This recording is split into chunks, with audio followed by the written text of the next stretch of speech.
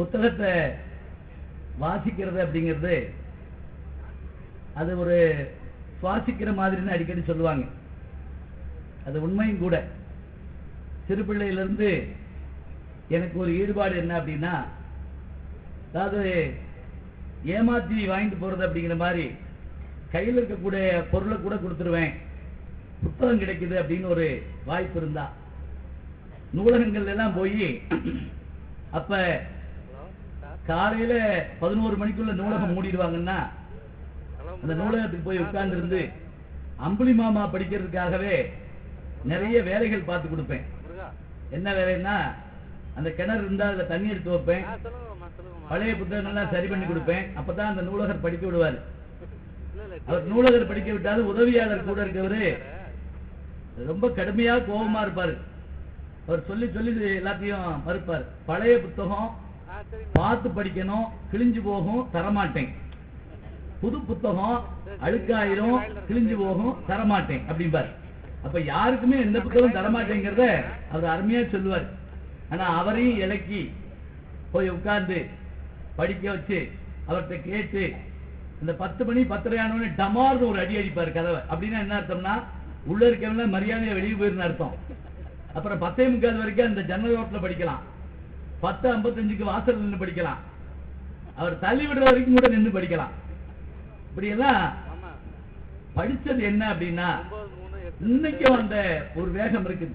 பட்டிமன்றத்துக்கெல்லாம் போயிட்டு 11 மணி 12 மணி, ஏன் 2:45 மணிக்கு வீட்டுக்குள்ள வந்தாலும் அப்போ ஒரு புத்தகம் படிச்சா தான் தூக்கம் வரும். இப்ப மாணவர்களுக்கு புத்தகம் படிச்சா தூக்கம் வரும், அது வேற.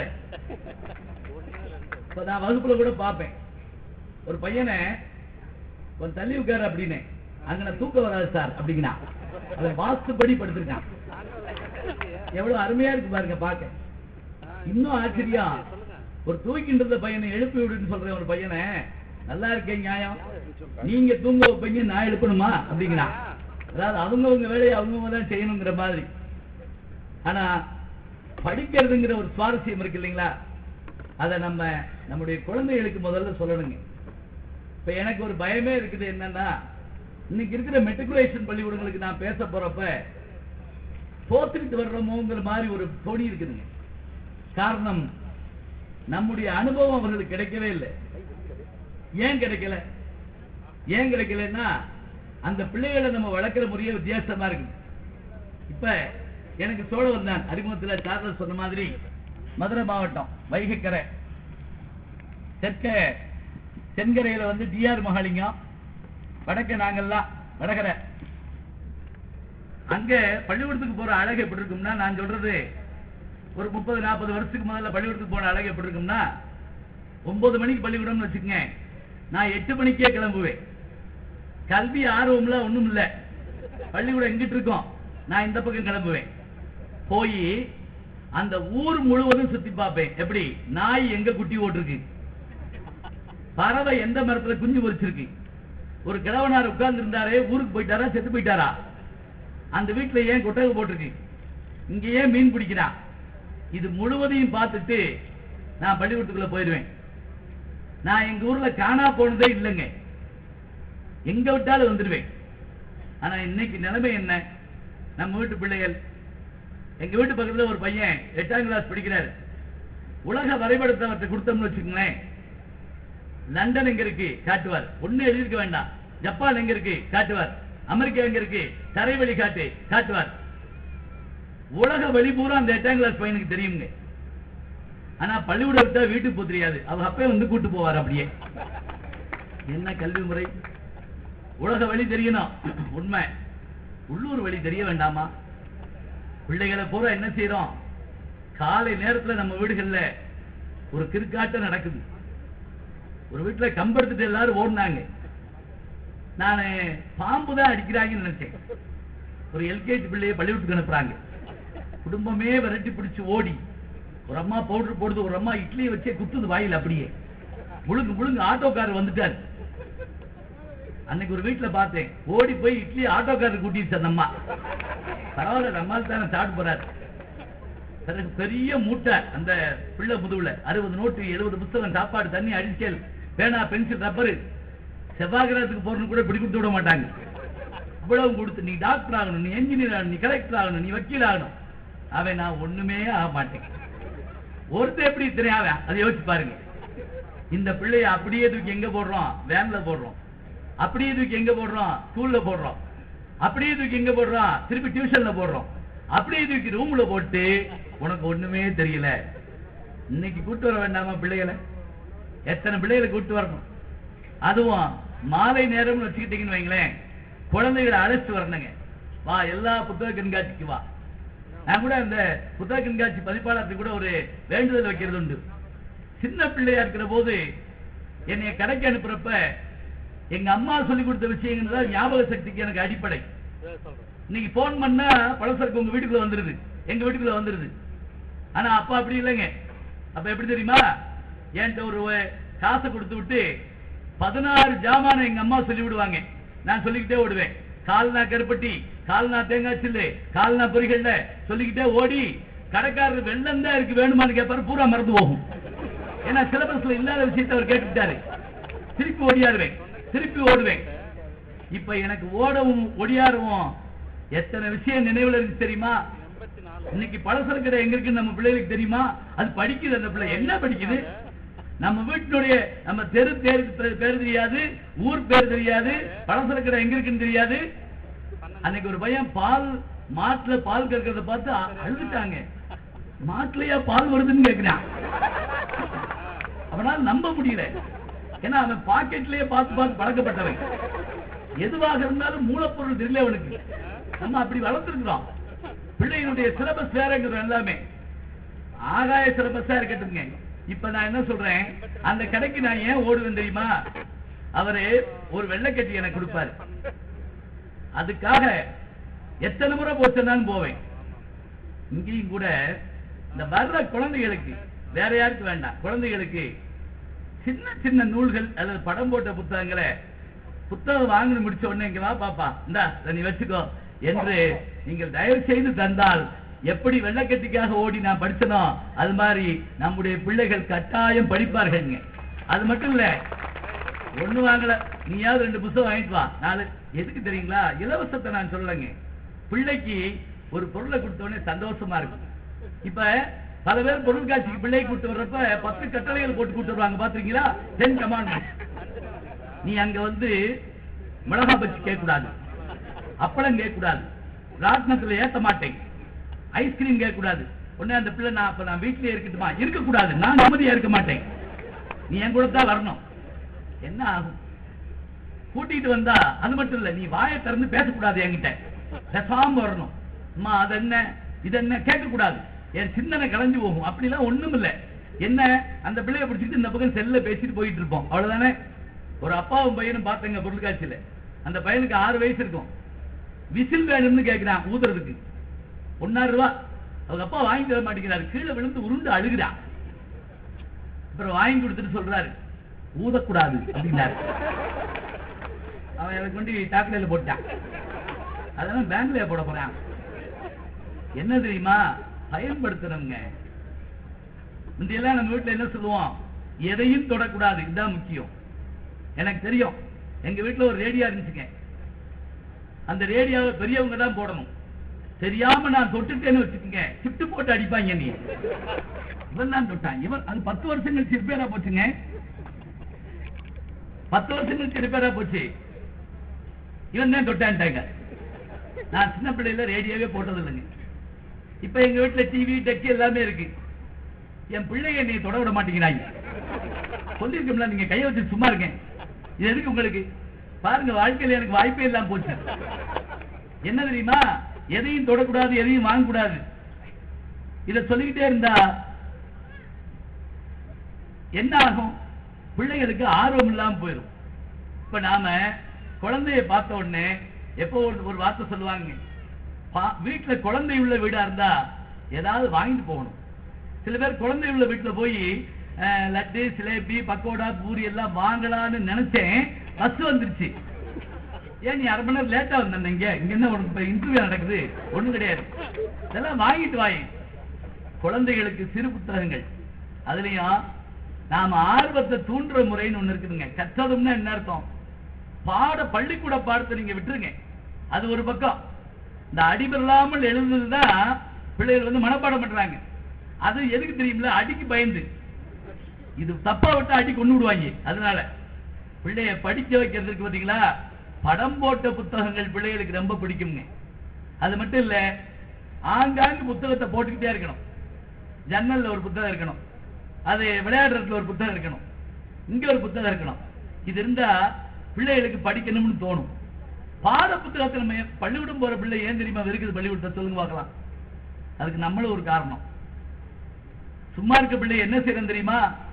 அது ஏதாவது பண்ணா முதல் வார்த்தையே, உன்னைய வா திங்கக்கிழமை பள்ளிக்கூடத்தில் கொண்டு சேர்த்து விட்டு வாயை கிழிச்சு கண்ணை தோண்டி, அது ஒரு தண்டனை கூட மாதிரி சொல்றோம். இன்னைக்கு ஒரு அம்மா ஒரு குழந்தைக்கு இட்லி ஊட்டுறதை நான் நின்று பார்த்தேன். பெரும்பாலும் சில பெண்கள் ஊட்டுறதை பார்த்தா ஜென்மத்துக்கும் சாப்பிட முடியாது. குரூரமா பிசைஞ்சு வாயில திணிச்சு வலிச்சு திருப்பி திணிச்சு செவத்துக்கு லப்பம் பூசுற மாதிரி பூசிக்கிட்டு இருக்குங்க. ஒரு குழந்தை இட்லி கொடுத்தவனே சாப்பிட மாட்டேங்குதுங்க. உன்னை பேய்கிட்ட பிடிச்சு கொடுக்கவா? பிடிச்சு கொடு. அந்த பிள்ளை சொல்லுது, அது பார்க்காத பேயா டிவியில. உன்னை பிசாசிட்ட பிடிச்சு கொடுக்கவா? பிடிச்சு கொடு. அம்மாவுக்கு பயமா போச்சு. இந்த பிள்ளை பயப்பட மாட்டேங்குது, என்ன பண்றது? உடனே அடுத்த வார்த்தையை சொல்லுது அம்மா, அப்படின்னா உன்னை உங்க மிஸ்டர் சொல்லவா? பிள்ளை படக்குன்னு இட்லி தின்னு முடிச்சு. பேய் பிசாச காட்டிலும் கொடுமையான மிஸ்டர் பிள்ளை பள்ளியிடம் போகுமா? சிட்டுக்காட்டியும் சிறுகதை சொல்லியும் பள்ளிக்கூடத்துக்கு வா, அழகா இருக்கும், தோட்டம் இருக்கும், அங்க வந்து நல்ல செய்திகள் உண்டு, கதை சொல்லுவாங்க. இதெல்லாம் சொல்லி கூட்டிட்டு போகணுங்க. பயம் இல்லாத இடம். இப்ப நான் பள்ளிக்கூடங்கள்ல பேச போற பார்ப்பேன். பல பள்ளிக்கூடங்கள்ல அச்சத்தின் காரணமா சிரிக்காம உட்கார்ந்துருக்காங்க. அச்சம் இருக்க இடத்துல எந்த ஒரு நிகழ்வு இருக்காது. ஒரு சின்ன கிராமத்துக்கு போறேன். அந்த ஹெட்மாஸ்டர் என்னை டென்ஷனோட குச்சியோட எதிர்பார்த்துட்டு இருக்காரு. என்னை பார்த்த உடனே குச்சியில வாங்க அப்படின்னாரு. அன்னைக்கு ஆண்டு விழா, புது குச்சி வாங்கியிருக்காரு. உட்காருங்க. மைக்ல சொல்றாரு, என்னை காமிச்சு. இப்ப ஒரு நகைச்சுவையா பேசுவாரு. எவனாலும் சிரிச்சேன்னா பல்ல பேச விடுவேன், பேசுங்க அப்படின்னாரு. நான் அவரை கூப்பிட்டு, நீங்க போய் கீழே உட்காருங்க, உங்களை பார்த்தாலே பயப்படுறான். அச்சம் கொண்டவர்களிடத்துல வேறு என்னங்க வரும்? பைபிள்ல ஒரு வாசகம் கூட உண்டு, அச்சம் உள்ளவனே காட்டி கொடுப்பான் அப்படிம்பார். எவன் வந்து அஞ்சுகிறானோ அவன் தீமை செய்ய தயங்க மாட்டான். முதல்ல அதை சரி பண்ணணும். அதனாலதான் பாரதி சொன்னார், அச்சம் தவிர் அப்படின்னார். பிள்ளைகளுக்கு நெகிழ்ச்சி எங்க இருந்து கொண்டு வரணும் தெரியுமா? படிக்க வைக்கிறதுனா பிள்ளைகளோட பேசணுங்க. அது ஏதாவது கேட்டா சொல்லணும். பாதி நேரம் சொல்ல மாட்டேங்கிறோம். ஒரு குழந்தை அம்மாட்ட போய் கேட்டான், அம்மா ஏமா நட்சத்திர வானத்துல இருக்கு, இந்த கரண்டி வச்சு மண்டையில ஒரு அடி, அப்புறம் தான் உன் தலையிலையா இருக்கும், ஏன் உங்க அப்பே மாதிரி லூசா அலையிற? அந்த குழந்தை என்ன நினைக்கும்? அப்பே ஒருவேளை லூசா இருந்திருப்பானோ? சில பிள்ளைகள் எதையும் நம்பும் தன்மை உள்ளது. இருக்காதான் கதை சொல்லும் பாட்டிமார்கள், கதை சொல்லும் தாத்தாக்கள் இருந்தாங்க வீட்டுல. இப்ப இல்லையான்னு கேட்காதீங்க, இருக்காங்க. அவங்க பூரா சீரியல் தாத்தா ஆகி போயிட்டாங்க, சீரியல் பாட்டி ஆயிட்டாங்க. கதவை திறக்கிறேன், ஒரு வீட்டுல கதவை தட்டிட்டு அந்த பெரியம்மா சொல்லிக்கிட்டே வருது, வந்துட்டேன் குடும்பத்தை கெடுத்தவன் அப்படின்னு. நான் எப்பமா உங்க குடும்பத்தை கெடுத்தேன்? இல்ல இல்ல, டிவியில குடும்பத்தை கெடுத்தவன் வர்றேன், இங்கிட்டு நீங்க வர்றீங்க. என்ன செய்யலாம்? நமக்கு முழு நேரம் ஆகி போச்சு. நம்ம வீட்டுல என்னென்ன பகுதிகள் இருந்துச்சுங்க, அது வாடகை வீடா இருக்கட்டும், சொந்த வீடா இருக்கட்டும், என்னென்ன பகுதி இருந்தது? வாசல், முற்றம், படி, நிலை, படிக்கட்டுக்கு கீழே மொட்டை மாடி, பின்பக்கம் கிணறு, ஒரு சின்ன செடி, இவ்வளவு வச்சிருந்தோம்ல. இவ்வளவு இடமும் போய் டிவிக்கு முன்னால மட்டுமே உட்கார்ந்துக்கணும். முழு நேரமும் உட்கார்ந்துருக்கோம். என்ன நடக்குதுன்னே தெரியாத அளவுக்கு போயிட்டோம். காட்சிப்படுத்துகிற போது என்ன ஆயிடுச்சுன்னா நம்முடைய சிந்தனை குறைஞ்சு போகுதுங்க. அதான் பயமா இருக்கு. எல்லாவற்றையும் காட்சிப்படுத்தக்கூடாது. ஒரு காடுன்னு நீங்க கதை சொல்ல ஆரம்பிச்சா அந்த குழந்தை காட்டை கற்பனை பண்ணணும். அதனுடைய மனசுல மரங்கள் நிறைஞ்ச ஒரு இருள் பகுதி தெரியணும். அங்க ஒரு சிங்கம் அப்படின்னா உடனே அந்த பிள்ளைக்கு ஆச்சரியம் வரணும். இது எல்லாத்தையும் நேரம் காட்டிட்டீங்கன்னு வைங்க, என்ன ஆகும்? முழு நேரமும் நம்ம என்ன பண்றோம்னா அதை பார்த்துக்கிட்டே இருக்கோம். எங்க பேராசிரியர் தோ பரமசிவன் சொல்லுவாரு, தேவை இருக்கோ இல்லையோ தொலைக்காட்சி என்ன செய்ய தெரியுமா, நம்ம மேல சிலவற்றை திணிக்குது. பண்பாட்டு பலாத்காரம்னு ஒரு வார்த்தை பயன்படுத்துவாருங்க அவர். பண்பாட்டு பலாத்காரம் என்ன தெரியுமா? நீங்க மத்தியான சாப்பாடு சாப்பிடுறதுக்கு உட்கார்ந்துருக்கீங்கன்னு வைங்களேன், ஒரு அறை கொண்ட வீடுன்னு வைங்க. நம்ம வீட்டுக்குள்ள டிவி இருக்கும். நான் பல முறை பார்த்திருக்கேங்க, கரெக்டா மத்தியான சாப்பாட்டு நேரத்துல தான் டாய்லெட் கழுவுற விளம்பரம் போடுவாங்க. பாத்திருக்கீங்களா? அது எப்படித்தான் அவங்களுக்கு தெரியுமோ. கரெக்டா வந்து நம்ம சாப்பாடு பவுடர் இதை ஊத்தி கழுவுனா ரொம்ப நல்லா இருக்கும். அப்பதான் சாம்பார் ஊத்திக்கிட்டு இருப்பாங்க. எப்படி சாப்பிட ஓடும் மனசு நமக்கு? ஏன் இது காட்சிப்படுத்தி காட்சிப்படுத்தி விருப்பம் இருக்க இல்லையா நம்மளை வந்து அமைக்கிருச்சு. அதுக்கு பதிலா சொல்லி சொல்லி சொல்லி சொல்லி பழக்கினா எவ்வளவு நல்லா இருக்கும். எத்தனை கதைகள், எத்தனை செய்திகள். அதுவும் கண்ணன் பாட்டுல பாரதி சொல்லுவாருங்க, எனக்கு கண்ணன் என்ற தாய் எத்தனை கதைகள் சொன்னார். இந்த பூமியை பற்றி அவனுக்கு சொல்லிக் கொடுத்தா, மலைகளை பற்றி சொன்னா, ஆற்றை பற்றி சொன்னா, நீரை பற்றி சொன்னார், ஆகாயத்தை பற்றி சொன்னார். கதை சொல்லும் தாய். கவியரசர் கண்ணதாசன் அவர்கள் ரொம்ப அருமையா சொல்லுவாருங்க, எனக்கு என் தாயார் பாடிய பாடல்கள் தான் என்னை ஊற்றெடுத்து எழுத செய்தனங்கிறார். தாயினுடைய குரலை கேட்கணும்னு. தாய்மொழின்னா தமிழ் மட்டும் இல்லைங்க, தாயின் மொழியும் கூட. பாதி நேரம் அம்மா செல்லையே பேசிட்டு என்ன ஆகும்? ஒரு அம்மா எப்பவுமே போன் எடுத்தா 1 மணி நேரம் பேசுமா. ஒரு நாள் 1/2 மணி நேரத்துல வச்சுட்டு வந்துருச்சு. கணவன் ஓடி வந்து ஆர்வமா கேட்டான், ஏன் 1/2 மணி நேரத்துல வச்சுட்ட? ராங் நம்பர் அப்படின்னு சொல்லிச்சு. இப்ப ராங் நம்பர்லயே 1/2 மணி நேரம் பேசினா அங்கிட்டு இருக்கிற ரத்தங்கைக்கு செத்துருப்பானேமா. குழந்தைகிட்ட தாயினுடைய குரல் இருக்கு. தாலாட்டுல என்ன நினைக்கிறீங்க? தால் என்றால் நாக்குங்க. நாக்கை அசைத்து பாடுகிற ஒரு வார்த்தை. இப்ப உங்களுக்கு எதை படிக்கிறது ஒரு யோசனை இருக்குல்ல. நான் சொல்றேன், எதை படிக்கிறதுன்னு கேட்டா எவையெல்லாம் ஈடுபாடு புறக்கணிக்கவே கூடாதுங்க. இப்ப நமக்கு ஒரு சிரமமே என்னன்னா, ஆன்மீகவாதிகள் பகுத்தறிவை பற்றி கவலைப்பட மாட்டோம். பகுத்தறிவாதிகள் ஆன்மீகத்தை பக்கத்துல வரவே மாட்டாங்க. பொது உடைமை சித்தாந்தம் உள்ளவர்கள் மற்றவற்றை கவலைப்பட மாட்டார்கள். ஒவ்வொன்னா ஒதுக்கிட்டே போயிட்டா அப்புறம் எதைத்தான் படிக்கிறது?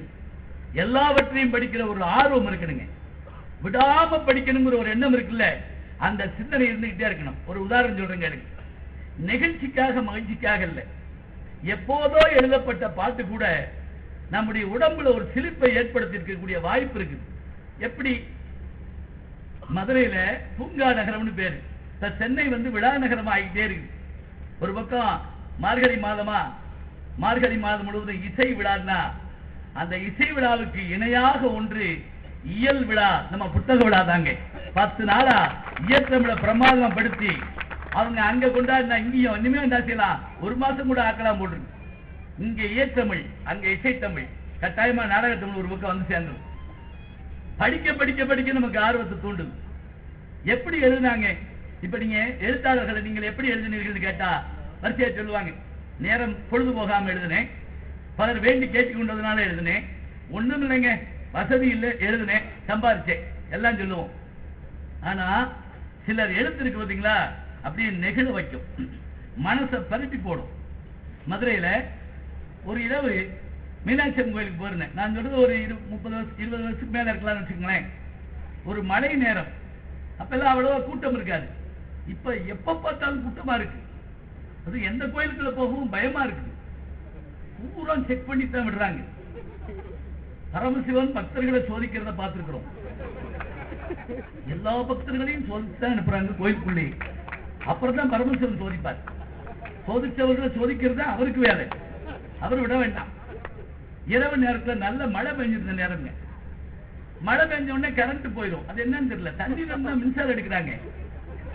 ஆனா மழை பெஞ்சா கரண்ட் போயிடும். போனா போது ஒண்ணும் இல்லை. பாரம்பரியமிக்க கோயில்கள்ல ஆங்காங்கு விளக்குகள், சுடர் விளக்குகள் இருக்கும். அது அந்த சுடர் விளக்குல பருவு திரியுமா, நெடுநல் வாடையில இப்படி உருட்டி போடப்பட்ட திரியா, பாவை விளக்கு. அதுல என்ன, அந்த திரி வடக்கு நோக்கி இப்படி சாஞ்சி எரியுதான். நான் சொல்றது 2000 வருஷத்துக்கு முந்தைய எழுதுன ஒரு நூல்ல வர்ற செய்தி.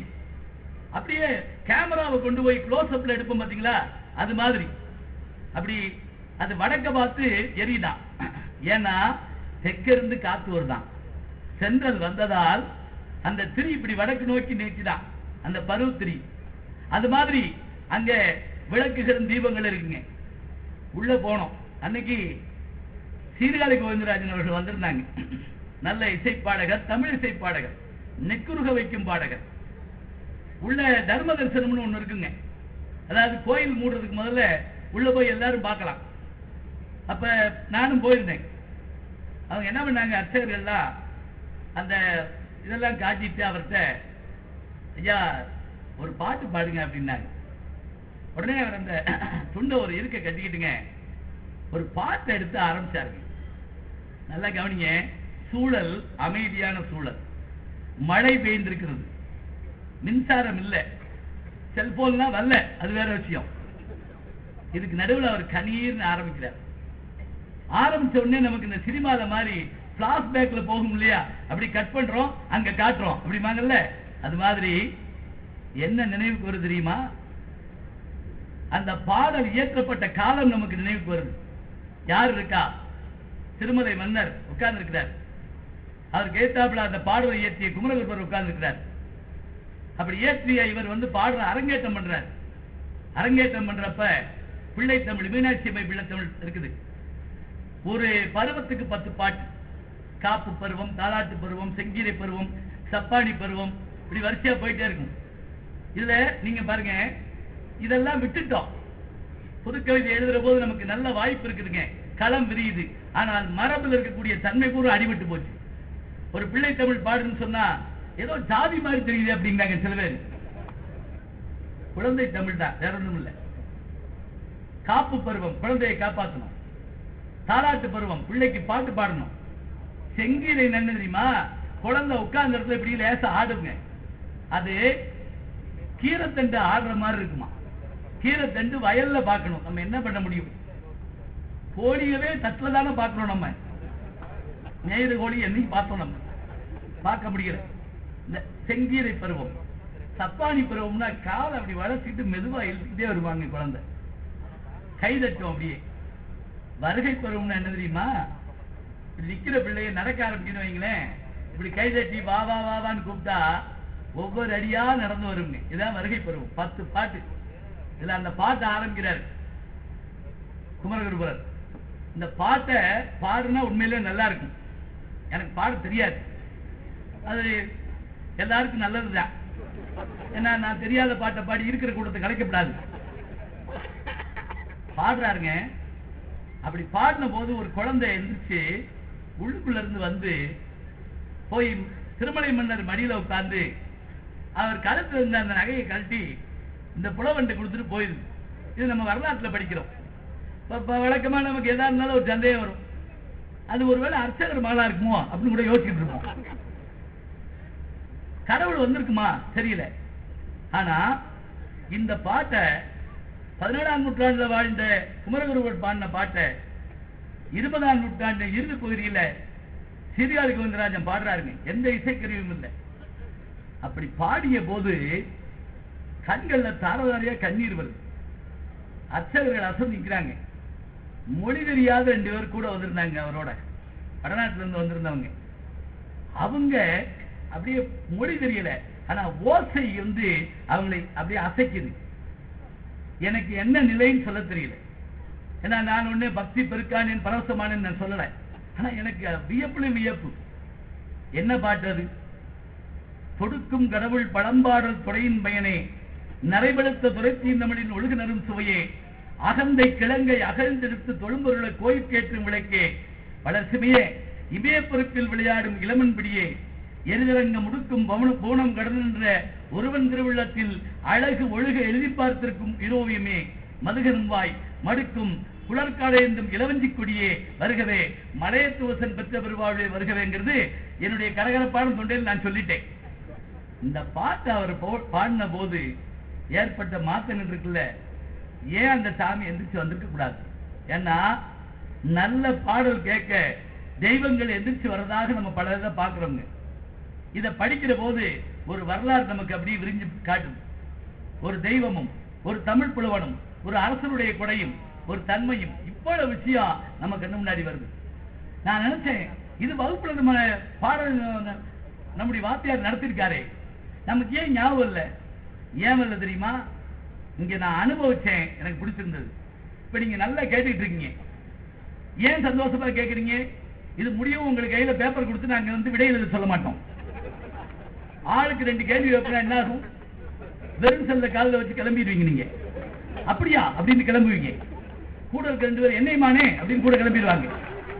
யாரும் கூப்பிட வேண்டாம், யாரும் கேட்க மாட்டோம். அனுபவிக்கிற நிலை. பிள்ளைகிட்ட ஏதாவது ஒரு பொருளை கொடுத்து தொலைச்சிடக்கூடாது, அங்கிட்டு போட்டக்கூடாது, இங்கிட்டு வச்சிடக்கூடாது சொன்னாலே பயமாயி போகுங்க. இந்த இடத்துல அனுபவிச்சு பார்த்த உடனே அந்த புத்தகத்தை திரும்பி பார்க்க தோணுச்சுங்க, திரும்ப படிக்க தோணுச்சு. ஒவ்வொரு பாட்டை படிக்கிறப்ப அதுக்கு இன்பம் இருக்கு பாத்தீங்களா? படிச்சவனுக்கு சில இன்பம் உண்டுங்க. என்ன தெரியுமா? மற்றவர்களால் அனுபவிக்க முடியாத இன்பத்தை அனுபவிப்பான். கொத்தமங்கல சுப்புன்னு நீங்க கேள்விப்பட்டிருப்பீங்க. தில்லானா மோகனாம்பாள், ரா பகதூர் சிங்காரம், இது போன்ற அற்புதமான நாவல்களை படைத்தவர் பந்தநல்லூர் பாமா. இதுல தில்லானா மோகனாம்பாள் படமாச்சு. ரா பகதூர் சிங்காரம் தான் விளையாட்டு பிள்ளைன்னு ஒரு படமாச்சு, அது சரியா போகல.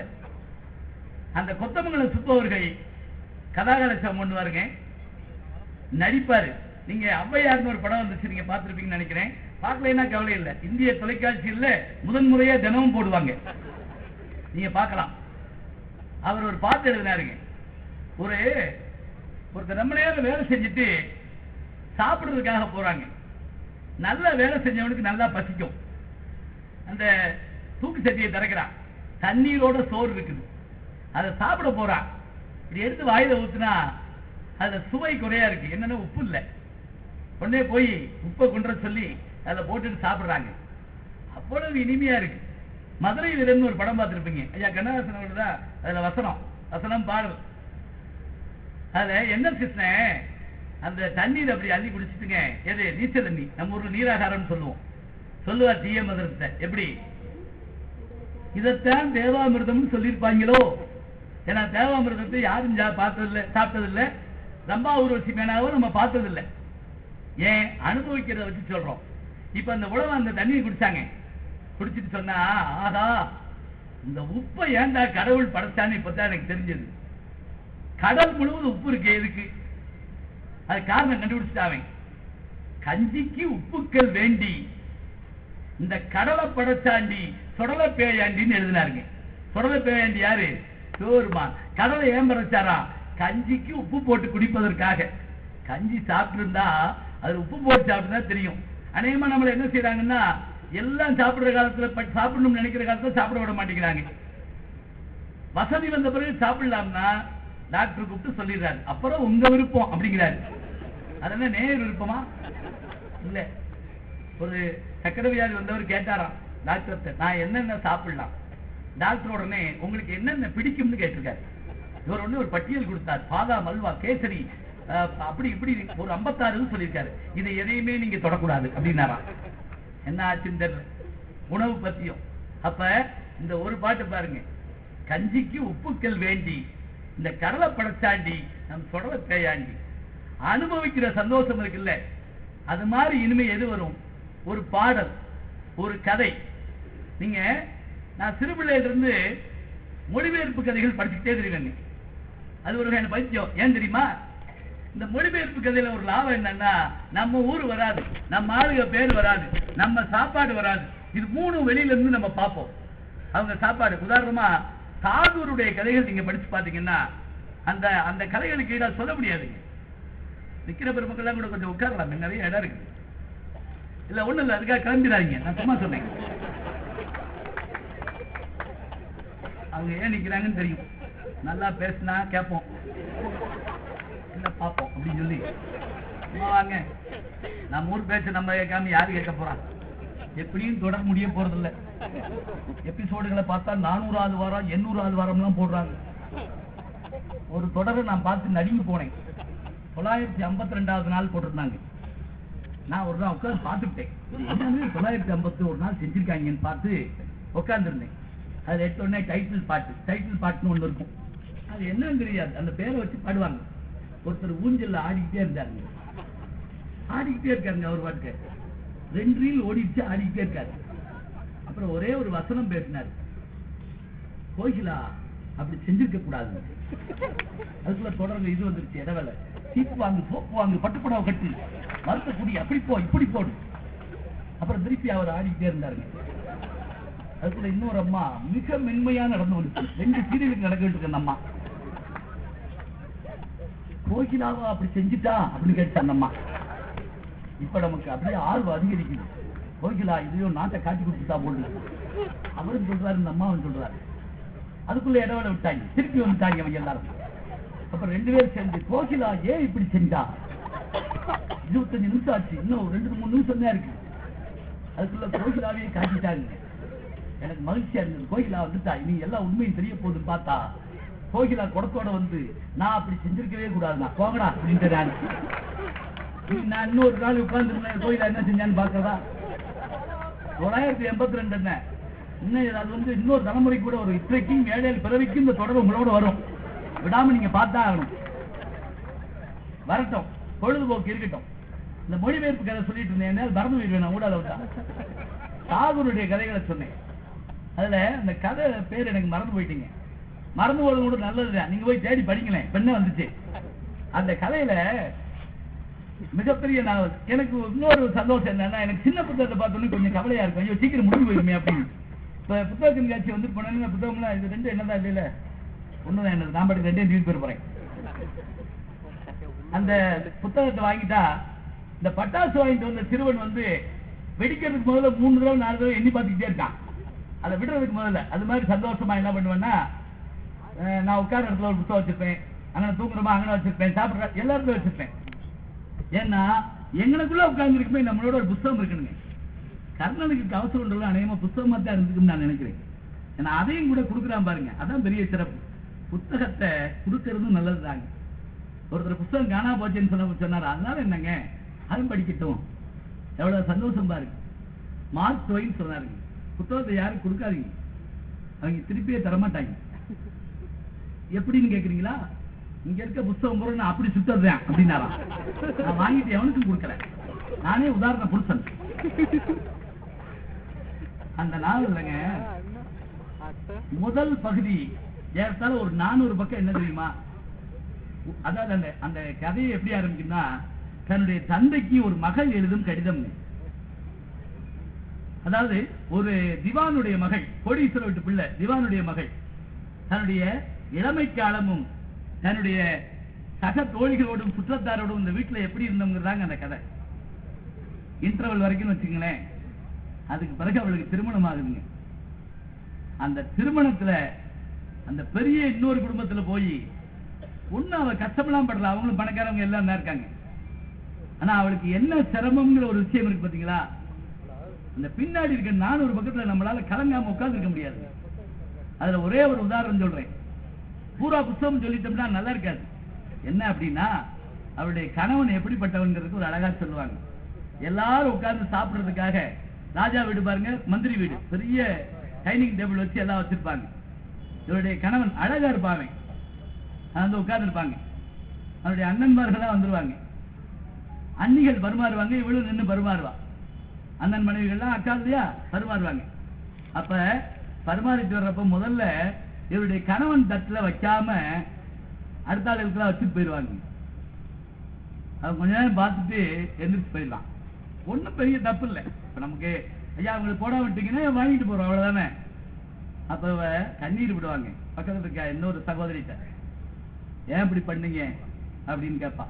ஐயோ நான் ஒன்றும் வேணும்னு பண்ணலையே, தெரியாம தான் நடந்துருச்சு, இப்ப என்ன கூப்பிட்டு சாப்பிட சொல்லிடலாம். சாப்பிட மாட்டான் அவன். கணவனை சொல்றான், சாப்பிட மாட்டார் அவர். அது மட்டும் இல்ல, நீங்க மாடியில போய் பாருங்க அப்படின்னு. எல்லாரும் மாடிக்கு ஓடுனா ஒரு ஆணியை செவத்துல அடிச்சு வச்சுக்கிட்டுங்க, அதுல மோதிக்கிட்டே இருப்பாங்க. என்ன தெரியுமா, தான் சபையில் அவமதிக்கப்பட்டதாக அவனாக கற்பனை பண்ணுவான். சாடிசம்னு ஒண்ணு சொல்லுவோம், அது பிறரை துன்புறுத்தி பார்த்தல். அதே மாதிரி தன்னைத்தானே துன்புறுத்தி கொண்டு அதுல ஏற்படுற அந்த கஷ்டத்தை பார்க்கக்கூடிய சில பேர் உண்டு. மெசோகிசம் இதுக்கு பேர் ஆங்கிலத்தில் சொல்லுவாங்க, மெசோகிஸ்டம் வாங்க. சாடிசம் அடுத்தால துன்புறுத்துறது. ரத்தம் ஒழிக்கிட்டு இருந்தாலும் பேசாம நின்றுட்டே இருப்பாங்க.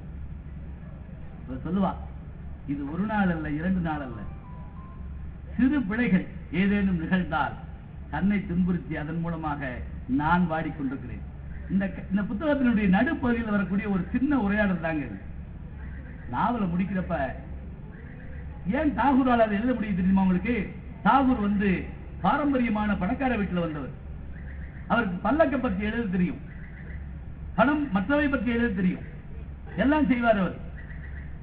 அந்த நாவலை படிச்சுட்டு நான் மிரண்டு போயிருக்கேன். அப்படி ஏன் இதை சொல்றேன் அப்படின்னா, ஒரு எழுத்துங்கிறது நமக்கு வெறும் மகிழ்வை தருவதில்லை, நகைச்சுவை சொல்றதில்லை. திரும்ப திரும்ப அந்த புத்தகத்துல போறப்ப நமக்கு பயமா இருக்கும். டால்ஸ்டாயினுடைய 12ஆம் இரவு கதைகளை நீங்க படிச்சீங்கன்னா ஆச்சரியப்பட்டு போவோம். நம்மகிட்ட அப்படி எழுத்தாளர்கள் யார் நம்மகிட்ட இருக்காங்க. நம்முடைய பாரதியார் கூட நீங்க பாத்தீங்கன்னா அவர் வெறும் கவிதை எழுதினாருங்கிறாங்க இல்ல, 11க்கும் மேற்பட்ட புதிய முயற்சிகள் பண்ணவர். அவர் கவிதை எழுதினாரு, மொழிபெயர்த்தாரு, சிறுகதை எழுதி பார்த்தாரு, புதுக்கவிக்கான முயற்சியில வச்சாரு, பத்திரிகை நடத்தினாரு, கார்ட்டூன் போட்டு பார்த்தாரு. எத்தனை எத்தனை வேலைகள். பெண்களுக்காக பத்திரிகை நடத்தணுங்கிற ஒரு எண்ணம் வந்ததே. செல்லம்மாள் பாரதியை கட்டுரை எழுதி வச்சிருக்காங்க. நீங்க எப்பாவது நினைச்சா டைம் கிடைச்சுன்னு வச்சுங்களேன், டைம் கிடைச்சா என்ன டைம் ஏற்படுத்திக்கங்க. அதனால என்ன, அதுல பாபநாசம்னு ஒரு கட்டுரை இருக்குங்க. செல்லம்மாள் பாரதின்னு போட்டிருக்கோம். அந்த அம்மா சொல்லி இவர் எழுதினாரா, அதாவது இவர் சொல்லி அந்த அம்மா எழுதிச்சான்னு தெரியல, எழுத வச்சிருக்காருங்க. அந்த பாபநாசம்ங்கிற கட்டுரையில இங்க இருந்து எல்லாரும் வண்டி கட்டி பாபநாசத்துக்கு போவாங்க. அந்த அம்மா பிறந்த ஊர் கடையம். கடையம் நல்லூர்ல கடையம். நான் போயிருக்கேன் அந்த ஊருக்கு. அங்க ஒரு பிள்ளையார் கோயிலை காட்டினாங்க. இங்கதான் பாரதி அடிக்கடி உட்கார்ந்துருப்பாரு அப்படின்னாங்க. அங்க கொஞ்ச நேரம் உட்கார்ந்துட்டு வந்தோம், சந்தோஷமா இருக்குல்ல. இப்ப நாங்க இந்த தக்கலை அரண்மனைக்கு போன போது முன்னெல்லாம் அந்த அரண்மனைக்கு போன உடனே சொல்லுவாங்க ராஜா இருந்த இடம், ராணி இருந்த இடம் சொல்லுவாங்க. இப்ப அதெல்லாம் மாறி போச்சு. அங்க ஏதோ ஒரு சினிமா எடுத்திருப்பாங்க போட்டு இப்ப சமீபத்துல. அதனால இப்ப கைடு மாறிட்டாரு. குஷ்பு குளிச்ச குழம்புனார்ல ஓடிட்டாங்க 3 பேரு. தண்ணி எள்ளி தலையில் தேய்க்கிறா ஒருத்தங்க. அந்தந்த இடத்துக்கான இது எப்படி மாறி போது பாருங்க கால மாற்றத்துல. இப்ப அந்த செல்லம்மாள் அந்த கட்டுரையை பார்த்தீங்கன்னா அவங்க அங்கிருந்து கிளம்புறாங்க, கூட்டு வண்டி கட்டி போறாங்க. அந்த வண்டி 4 வண்டி போகுதுங்க. அந்த வண்டிக்கு இந்த பக்கம் இந்த பக்கமும் பெரம்புல நல்ல இரும்பு வளையம் போட்ட, பித்தளை வளையமோ இரும்பு வளையமோ சொல்றாரு, வச்சுக்கிட்டு டன் டன் தட்டிக்கிட்டு வீர மறவர்கள் 4 பேர் வர்றாங்களாம். ஒரு இடத்த கடக்க போறப்ப வண்டியை பூரா நிப்பாட்டிட்டு யாரும் பேசாதீங்க, திருடர்கள் அதிகமாக இருக்கிற பகுதி, சத்தம் போட்டா திருட வந்துருவானா. அந்த வண்டி மரச்சக்கரத்துக்கு மேல போட்டப்பட்ட இரும்பு பட்டா மணலில் உரசுகிற சத்தம் தவிர வேறு சத்தம் இல்லைன்னு எழுதாரு பாரதி. நம்ம பாரதியார் சொன்ன உடனே உச்சி மீது வாணி இருக்கட்டும், அதெல்லாம் ஒரு பக்கம் பாடிக்கிடுவோம், இதையும் படிக்கணும். போறாங்களா, பாவனாசத்துக்கு போயாச்சுங்க. சொன்னாரு எப்படி உணவு இருந்த வேண்டும் தெரியுமா, பாவனாசத்துக்கு போய் எந்த ஊருக்கு போனாலும் ஸ்டார் ஹோட்டல்ல தங்கணும்னு நினைக்கப்படாது. நம்ம சங்க சித்திரங்கள்ல ஜெயமோகன் எழுதுவாரு, நீ எந்த ஊருக்கு போறியா அந்த ஊர் உணவு சாப்பிடு, உனக்கு பெரிய சந்தோஷம் கிடைக்கும். பாரதி சொல்றாரு, வீட்டுல சுட்ட தோசைய மிளகாப்பிடி எடுத்து வச்சு இலை போடக்கூடாதான், தாமிரபரணி ஓடி வர்ற அந்த தண்ணி பாறையில கால் ரங்கையும் தண்ணிக்குள்ள தொங்க விட்டுக்கணுமா. அந்த பாறையில கொஞ்சம் தண்ணி எடுத்து வச்சு தொடச்சிட்டு இந்த தோசையை அதுல விட்டு வச்சு மிளகாப்பிடி போட்டு எண்ணெய் விடாதீர்கள், அவர் சொல்றாரு நம்மகிட்ட, எண்ணெய் விடாதீர்கள், தாமிரபரணி தண்ணீரை எடுத்து கொஞ்சம் விட்டு அந்த மிளகாய் பொடி தோசையை காலில் தண்ணீர் உரச மீன் உங்கள் உள்ளங்காலை கடிக்க நீங்கள் சாப்பிட்டு பாருங்கள், சொர்க்கம் தெரியும்னு எழுதுறாருங்க. நிச்சயமா நம்ம இதை எங்கேயாவது பார்க்க போறோமா சொல்லுங்க பார்க்கலாம். நான் சொல்ற விஷயத்தை என் கூடவே நீங்க கற்பனை பண்ணாதான் பார்க்க முடியும். பக்கத்தால் முடிச்சிருவாருப்பா அப்படின்னு சொல்லிட்டு இருக்கீங்கன்னா பார்க்க முடியாது. சிலர் நான் பார்த்திருக்கேன், என் காது படவே சொல்லுவாங்க, அவரு மனுஷன் தானியா முடிச்சிருவாரியா. ஒரு ஊர்ல நான் பார்த்தேங்க, என் முன்னாடியே ஒரு அம்மா ஒரு பயிரை போட்டு அடிச்சு, வருவியா இப்படி இடத்துக்குலாம் வருவியா, அவன் என்ன அப்படி இடத்துக்கு வந்துட்டான். அந்த பாவநாசம் கட்டுரையை படிக்கிற போது முடிச்சுட்டு சங்கர கோயிலுக்கு வர்றாங்க. சங்கர கோயில்ல பேய் பிடிச்சவங்கள கூட்டு வருவாங்களாம். அங்க ஒரு பெண்ணை ஆடிக்கிட்டு இருக்காங்க தலையை வச்சு போட்டு, அவளுக்கு 3 பேய் பிடிச்சிருந்துச்சான். பாரதி சொல்றாரு, ரசன பேய் ஒண்ணு, அதுல ரசன பேய்னா ஏற்கனவே வீட்டுல இருக்க கவலையெல்லாம் சேர்ந்தது. அந்த மரத்து பேய், இந்த மரத்து பேய், ஆலமரத்து பேய்னு சொல்றோம் இல்லையா, இதையெல்லாம் பிடிச்சிருந்தது. சொல்லிட்டு அதுக்கு வைத்தியம் பார்த்திருந்தால் தெளிவாயிருக்கும், ஒரு வார்த்தை உடால போட்டு போறாருங்க. புத்தகங்களை நாம சிறு வயதுல படிச்சது வேறங்க, இப்ப படிக்கிறது வேற. படிக்க படிக்க நமக்கு என்ன வேணும்னு கேட்டா ஒரு இனிமை தோன்றும். இப்ப திருக்குறள் இருக்கு, திருக்குறள் நம்ம சின்ன பிள்ளையில படிச்சோம், அப்புறம் மனப்பாடம் பண்றதுக்காக படிச்சோம், அப்புறம் மார்க் வாங்குறதுக்காக படிச்சோம், இப்பயும் படிக்கிறோம். ஆனா இப்ப படிக்கிறப்ப என்ன தெரியுமா, என்ன ஆச்சரியம், எனக்கு திருவள்ளுவர் மேல பொறாமையும் கோபமும் வருங்க. ஒரு மனுஷன் எப்படி இப்படி யோசிச்சான், யார் இவ்வளவு சொல்லி கொடுத்தா அப்படின்னு ஒரு யோசனை வருது. நான் வகுப்புல இருக்கப்போ ஒரு பையன் கேட்டாங்க, திருக்குறள் இன்னைக்கு படிக்க வேண்டிய அவசியம் என்ன, இன்னைக்கு பில்கேட்ஸ் கம்பெனில வேலை கிடைக்குமா, அவன் கேட்கிறான். இந்த உலகத்துக்கே முதலாளி பில்கேட்ஸ் தான் அவருடைய எண்ணம். வேலை கிடைக்குமா, அல்லது நான் வந்து டாக்டர் ஆயிட முடியுமா, இன்ஜினியர் ஆயிட முடியுமா? ஒண்ணுமில்ல, சுருக்கமாக கேட்டான், தமிழ் படிச்சு என்ன சாதிக்க போறோம்? ரொம்ப யோசனையா கூட போச்சு எனக்கு. நான் என்னுடைய இலக்கிய சித்திரங்களும் கொஞ்சம் சினிமாவுல அந்த நூல்ல அதை பத்தி எழுதியிருப்பேன். அவன் கேட்டான் ஒரு கேள்வி, இதனால என்ன லாபம்னு கேட்டான் பாத்தீங்களா? அப்ப நான் யோசிச்சேன், சரி உனக்கு சொல்றேன் கேளு. பொறியியல் படிச்சா வல்லுநர் ஆகலாம், மருத்துவம் படிச்சா டாக்டர் ஆகலாம், சட்டம் படிச்சா வக்கீல் ஆகலாம். இலக்கியம் படிச்சா இந்த இத்தனை பேருக்குள்ள மனோ உளைச்சல் இருக்கு இல்லையா, அவற்றை மாற்றி காட்ட இலக்கியம் படைத்த ஒருவனால் மட்டுமே முடியும். ஒரு நல்ல புத்தகத்தை படிச்சு அவன் நெகிழ்ந்து போவான். இப்ப இதை நீங்க படிச்சு பாருங்க. அதுல ஒவ்வொரு செய்தியும் இலக்கியங்கள்ல வரக்கூடிய செய்தி. அவன் கேட்ட கேள்வி என்ன, திருக்குறள் படிச்சு என்ன லாபம்? நான் அவன்கிட்ட சொன்னேன், ஒண்ணு இல்லப்பா, திருக்குறளை படிக்கிற போது சாய்ஸ விடுறதுக்காக நீ படிச்சனா அப்படித்தான் இருக்கும். நான் சந்தோஷத்துக்கு உனக்கு சொல்றேன் கேட்டு. இன்னைக்கு பொருந்த ஒரு திருக்குறள் காமத்து பால்ல இருந்து எடுத்துறேன். காமத்து பால்னு நீங்க பயந்துடக்கூடாது, அது நம்ம பாடமே வைக்க மாட்டோம், ஏன்னா அதனால கெட்டு போயிருவோமா. என்ன அக்கிரமோ, நாம பாக்குற தொடர்கள், நாம பாக்குற அந்த சோரட்டியில காட்டுமா காமத்து பால்ல இருக்கு. காமத்து பால்ல அங்கங்களை பற்றி குறிப்பு அதிகம் வராதுங்க. அதுவும் நம்முடைய உணர்வை தூண்டுவதாக இருக்காது. ஒரு உதாரணம் சொல்றேன் கேளுங்க. இப்ப நான் அந்த பையன் கேட்டேன், அப்பா நீ காதலிக்கிறேன்னு வச்சுக்கோ, இல்லைன்னா நீ மறுப்ப வச்சுக்கோ. நீ நடந்து வர்ற, உன் காதலி அந்த பக்கம் வர்றாங்க. வழக்கமா தமிழ் படத்துக்கு சைக்கிள்ல வருவான், இடவளைக்கு பிறகு பணக்காரன் ஆயிடுவான். அது எப்படின்னு தெரியாது. இடவளைக்கு பிறகு உடனே எல்லாரும் பணக்காரன் ஆயிடுவாங்க. மலையாள படம் நேர்மாறா இருக்கும், இடவளைக்கு பிறகு எல்லாருமே இலையாயிடுவாங்க, அந்த படம் எடுத்து உள்பட. அதெல்லாம் படத்துல வரக்கூடிய நல்ல விஷயங்கள். சைக்கிள்ல வர்ற அந்த பெண் அப்படி நடந்து வர்றா. யார் யாரோட வர்றா? அவங்க அப்பா டிஎஸ்பி கூட வர்றாரு, அவங்க அம்மா அதே மாதிரி நீதித்துறை இருக்காங்க, அவங்க அண்ணன் மிலிட்டரியில இருந்து லீவுக்கு வந்திருக்காரு. 4 பேருக்கு நடுவில் அந்த பொண்ணு நடந்து வருதுன்னு வச்சுக்கிடுவோம். அந்த பக்கம் நீ வர்றேன்னு அந்த பெண்ணுக்கு தெரியும், அந்த பொண்ணு வருதுன்னு உனக்கு தெரியும். 2 பேரும் காதலர்னு வச்சுக்கோங்க. இப்ப 2 பேரும் என்ன பண்ணுவீங்க?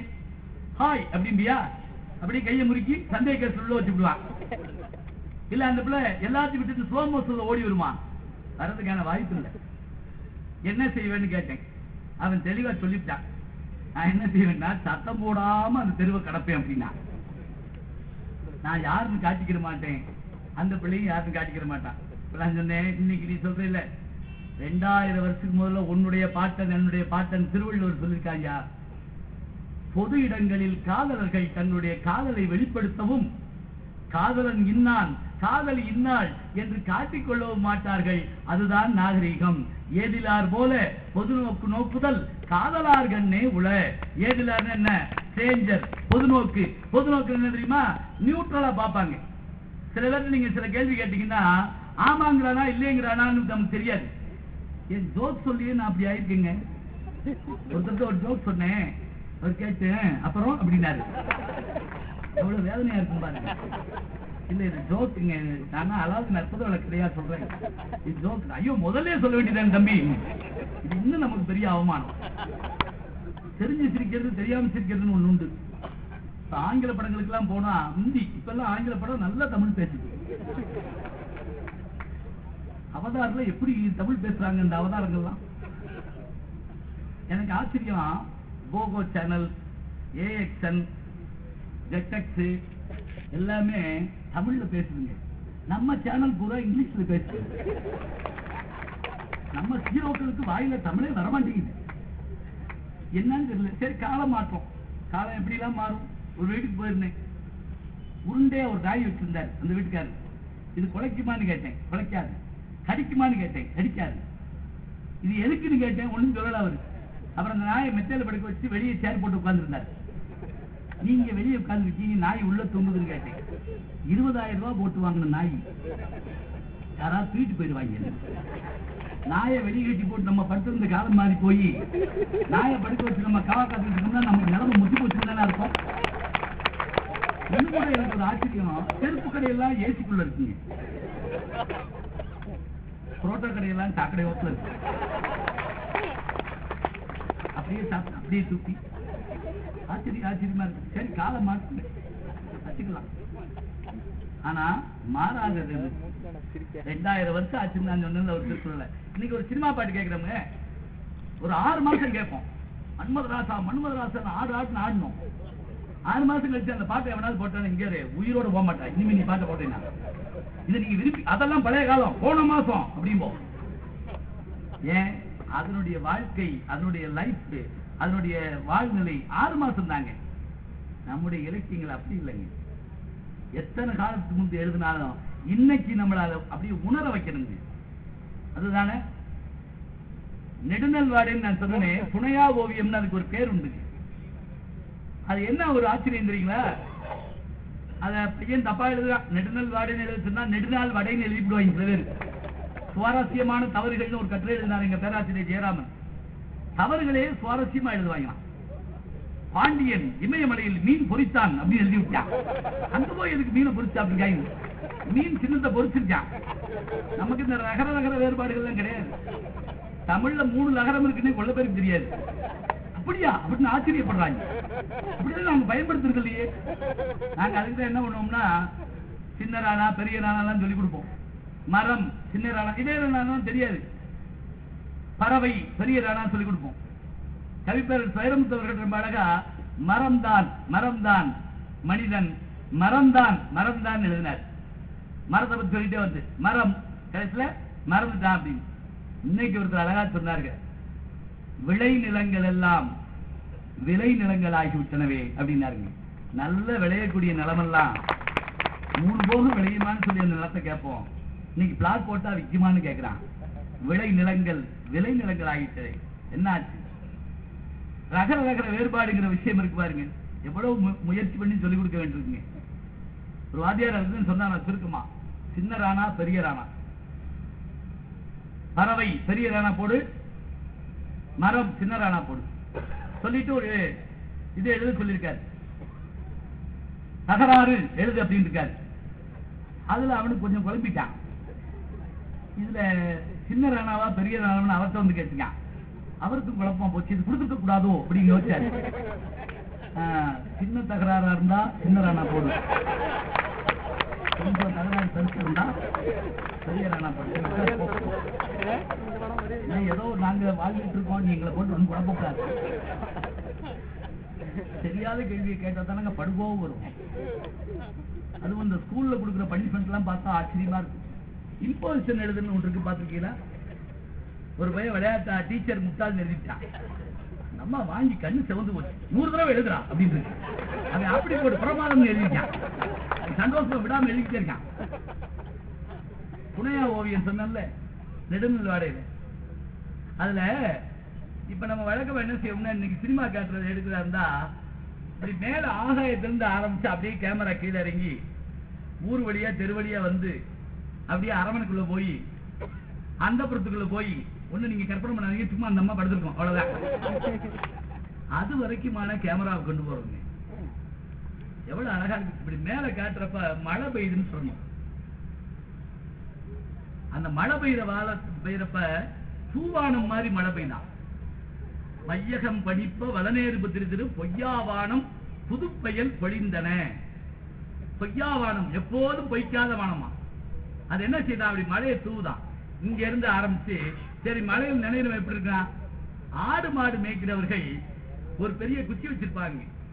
அந்த குச்சி என்ன பண்ணுவாங்கன்னா, ரொம்ப நேரம் நிக்கிறப்ப இப்படி குச்சியை வச்சு காலை உள்ள கொடுத்து வளைச்சு நிற்பாங்க. நீங்க எப்ப ரயில்ல போறப்ப ஏசி கோச்சுன்னா ஒண்ணும் தெரியாது, இருட்டாக்கிட்டா வச்சிருப்பாங்க. சாதாரண கோச்சில் அந்த ஜன்னலை திறந்து விட்டு பார்த்தோம்னா ஆடுகள் மேயறப்போ ஒரு ஆள் நின்றுட்டு இருப்பாருங்க. அவன் வளைச்சு இப்படி இருக்கிறப்ப அவனுக்கு காலையை வளைஞ்சிருக்குமா. ஆறுகளி புனைய கொடுங்கோர் கோவலர் அப்படின்னு ஆரம்பிப்பாருங்க. ஆரம்பிச்சு நக்கீரர் பாடின நெடுநல் வாடை போனா மழை பெய்யறப்ப மாடு கண்ணுக்குட்டிக்கு பால் கொடுக்க மாட்டேங்குதுங்க. ஏன்னா 8 நாளா மழையில ஊறுது. புறாக்கள் குறுகி உட்கார்ந்து இருக்கு. குரங்கு அமைதியா இருக்குங்கண்ணா. அதான் பெரிய ஆச்சரியம். ஏன்னா குரங்கு அமைதியாவே இருக்காது. நம்ம சொல்லுவோம்ல, கையை வச்சு சும்மா இருக்க மாட்டியா, அது இந்த நூற்றாண்டுக்கு பொருந்துங்க. இந்த செல்ல வச்சுக்கிட்டு வச்சு எல்லாத்தையாவது மெசேஜ் அனுப்பிக்கிட்டே இருக்காங்க. 12:01 ஒருத்தர் எனக்கு வடிப்பாங்க நைட்டு, குட் நைட் அப்படின்னா. நானும் எத்தனையோ முறை அவன் நம்பரை கூப்பிட்டு பார்த்துருக்கேன், ஆள் கிடைச்சிருக்கோம். இந்த பொங்கல் வந்துருச்சு, ஜனம் வீடு கூட்டுற மாதிரி நான் காலையில இருந்துச்சு. அதுல புற கூட்டிலேயே ஆகும். ஒருத்தர் அழகா எனக்கு கொடுத்துருந்தான் ஒரு பொங்கல் வாழ்க்கை. லாரியில கரும்பை ஏத்த காசு, கரும்பு மேல லாரி ஏறினா ஜூசு, இத படிச்ச நீ லூசு. கடைசி வரைக்கும் படிக்காம எனக்கு கீழே வரைக்கும் வரணும் இல்லையா? நீங்க நூலகத்துக்கு போனா எப்படி சில பேர் பண்ணுவாங்க, நண்பா 8ஆம் பக்கம் வா, 30ஆம் பக்கம் வந்தாயா, கடைசி பக்கம் பார், இதை படித்தவன் முட்டாள். என்ன செய்யறது? இதெல்லாம் நீங்க நூலகம் போய் புத்தகம் படிச்சிருந்தா தெரியும். போகணும், அனுபவம். நம்ம வீட்டு பிள்ளைய பள்ளிக்கூடத்துக்கு இருக்குங்க, எல்லா வாத்தியாரும் வீட்டுல வர சொல்லி கொடுக்க கூடாதா? அனுபவம், போ, படி, நட. கற்றது தனி, கற்றது என்ன? பள்ளிக்கூடத்துக்கு போறோம், ஒரு பிள்ளை நம்மளை கிள்ளி வைக்கும், ஒரு நம்மளை அடிப்பான். நான் பள்ளிக்கூடம் போன அன்னைக்கு முத நாள் ஒரு பிள்ளை என்கிட்ட வந்து உன்னை இன்டர்வல் அப்ப கொல்லுவேன்னு சொல்லிச்சு. உயிர் பெருசா கல்வி பெருசான்னு பார்த்தேன், ஓடியே வந்துட்டேன். வந்த அன்னைக்கே சாகக்கூடாதுன்னு. இன்னைக்கு நினைவு இருக்கு, நான் என்னுடைய வாங்க சிரிக்கலாம்னு எழுதிருப்பேன். பயம், பொறாமை, அச்சம், கோபம், கவலை எல்லாம் வரணுங்க. எதுவுமே என் பிள்ளைக்கு வரக்கூடாது, எல்லாம் வரக்கூடாதுதான். என்ன பெற்றுக்கொண்டது? வேலை எடுத்த பிள்ளை நம்மளை விட்டுட்டு போயிடுற. இரக்கமும் அன்பும் சந்தோஷமும் மகிழ்ச்சியும் அது கொடுத்து கொடுத்து வாங்கணுங்க. உறவை பத்தி சொல்லி கொடுக்கணும். இங்க அப்படியே வருஷப்படுத்தி கூட்டிட்டு போய் அரமனை கோட்டை கட்டினான்னு சொல்லுவாங்க. டெக்னாலஜி படிக்கிறோம்ல, நான் பொறியியல் கல்லூரியில் பேச போறப்ப கேட்பேங்க, எல்லாரும் நீங்க சொல்றீங்க தஞ்சை கோபுரத்துக்கு எவ்வளவு தூரத்துக்கு பேஸ்மட்டம் போட்டாங்க, எவ்வளவு தூரத்துக்கு கீழே வந்து அந்த இது கட்டப்பட்டது, எவ்வளவு பேருக்கு தெரியும்? கேட்டா என்ன சொல்றாங்க? சிரிக்கிறாங்க. பாவம், நீங்க தமிழ், நாங்க இதெல்லாம் படிக்க மாட்டோம். படிக்க மாட்டீங்க. இன்னைக்கு உலகத்திலேயே பெரிய கோபுரத்தை துபாயில திறந்திருக்கிறாங்க. உலகத்திலேயே பெரிய கோபுரம் இன்னைக்கு தொடங்கிருக்காங்க. அதுல தரை மட்டத்தில் இருக்கக்கூடிய டிகிரியை காட்டலாம், அந்த மேல இருக்கக்கூடியதுல வந்து 20 டிகிரி மாற்றம் ஏற்படுமா, அவ்வளவு உயரம். நம்ம ஆட்கள் கட்டடம் கட்டினாங்க.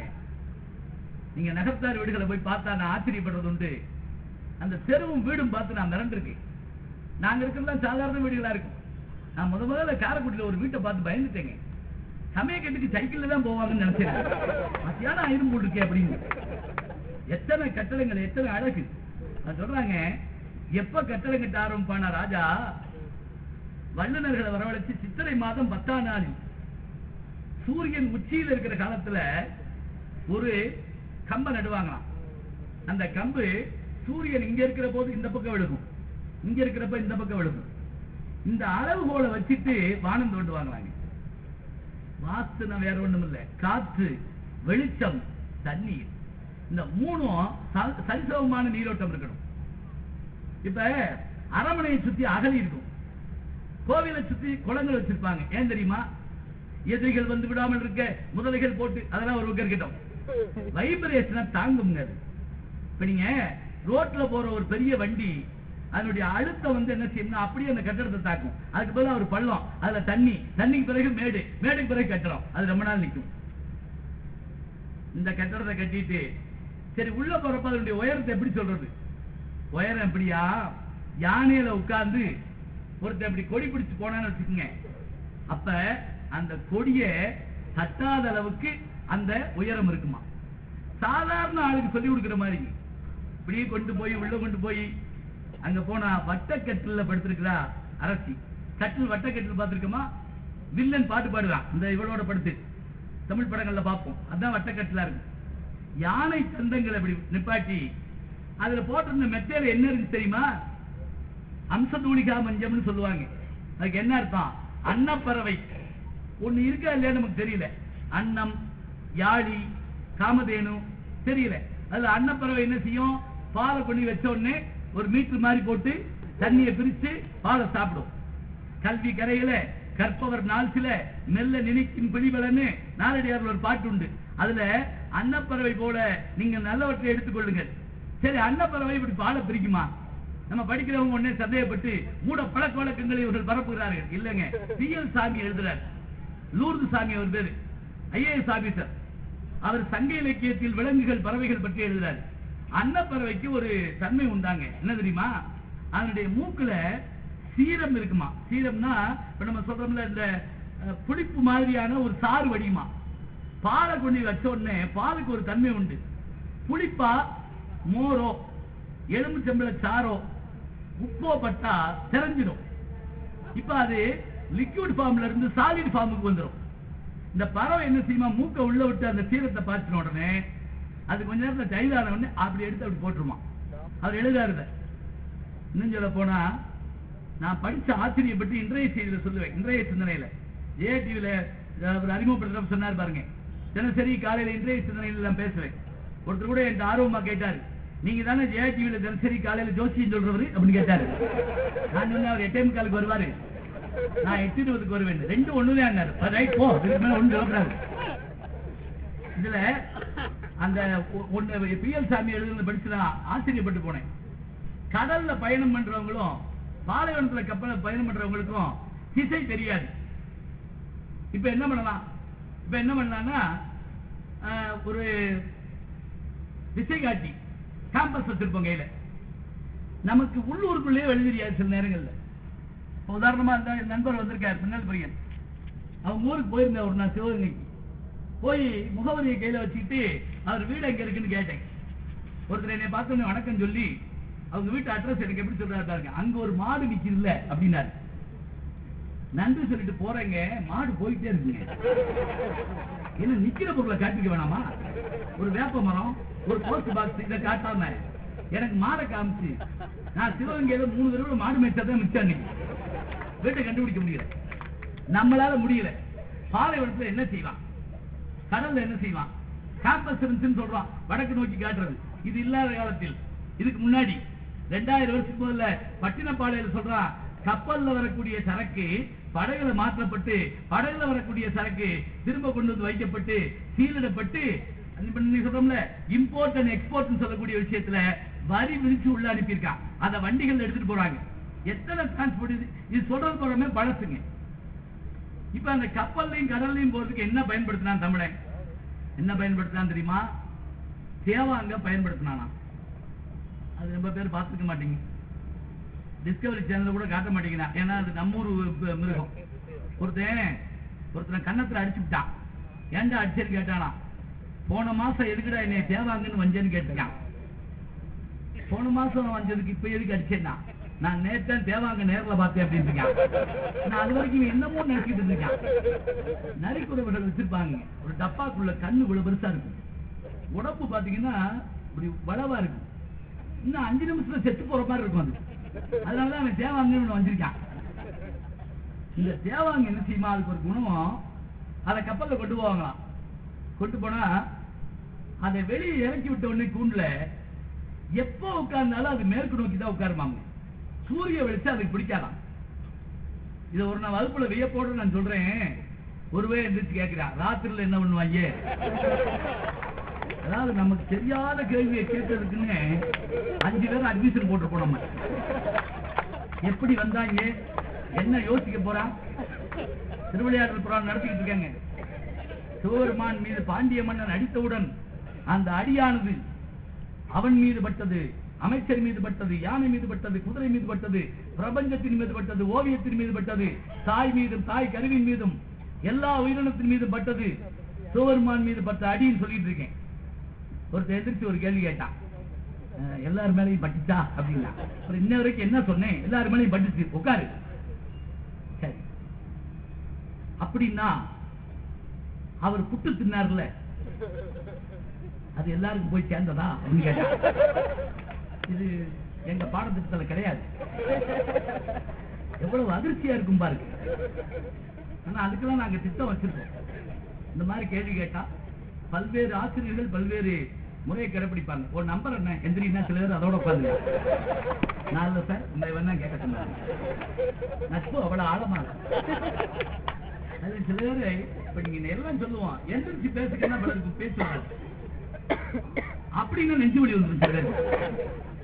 ஒரு பசியர் பையனை வேலை என்னன்னு கேட்டேன். நான் ஒண்ணுமே கேட்கல, கண்ணெல்லாம் தொடச்சிட்டு நான் நேற்று வரல சார் அப்படின்னு. காது கேட்காதோ என்ன தெரியுமா, ஆன்சர் யோசிச்சே வச்சிருக்கிறது. அதெல்லாம் ஃபர்ஸ்ட் இயர் தான், தேர்ட் இயர் ஆனோடனே அவங்க பாட்டு போயிடுவாங்க. தேர்ட் இயர் பையன் அசைன்மெண்ட் எழுதுனேன்னு கேட்கிறேன், நம்ம என்ன அப்படியே பழகிருக்கோம் அப்படிங்க. நான் என்ன வேண்டாம் அப்படி பழகிருக்கேன்னு தெரியல. ஒரு நம்பர் என்னன்னா சில பேர் எந்திரிக்க மாட்டான். ஆனா நான் அப்படி கடினமா இருக்க மாட்டேங்க. இப்ப எனக்கு தெரியாத கேள்வி ஒருத்தர் கேட்டா நான் என்ன பண்ணுவேன் தெரியுமா, அவனை பாராட்டுவேன். அற்புதமான கேள்வி தம்பி, அருமையான கேள்வி. இந்த கேள்வியை நீ கேட்பேன்னு நான் நினைச்சேன்ப்பா. Good question. உட்காரு உட்காந்துடா. பக்கத்துக்கு கேட்பேன், என்னடா பதில் சொல்ல சொல்லி போறான்டா, நல்லா பண்ணிட்டேன். தினம் இப்படி செய்ய முடியாது. தினம் எந்த கேள்வி கேட்டாலும் குட் கொஸ்டின் குட் கொஸ்டின் சொன்னா என்ன ஆகும்? எனக்கு தேவையா வச்சு விட்டுருவாங்க. இதான் குட் கொஸ்டின் போது பாரு. என்ன பண்ணுவீங்க? சொந்த பேரே வாத்தியார்கள் கிடையாது. அடுத்த பீரியட் யாரு பீரியட் எடுக்கிறேன்? ஒரு பையன் சொல்றேன் நெஞ்சிருக்கு வரை பீரியட் அப்படின்னா, நான் கூட அவர் சொல்லி கொடுத்தா நெஞ்சில் நிற்கும் நினைச்சேன். ஸ்ரீதர் படம் அந்த காலத்துல ஒண்ணும் இல்லைங்க. அவர் வயசான ப்ரொஃபஸருங்க, பேண்ட் இங்க போட்டு வருவார் பாவம், அது இறங்காம நிக்குமா. அதனால அவருக்கு நெஞ்சிருக்கு வரைன்னு பேர் வச்சுட்டாங்க. நம்மளா வைக்கிறதா. இப்ப பன்றி காய்ச்சல் பறவை காய்ச்சல் அதுக்கெல்லாம் தெரியுமா? பன்றிக்கலாம் நம்ம பேரை பயன்படுத்துறாங்க அப்படின்னு தெரியுமா?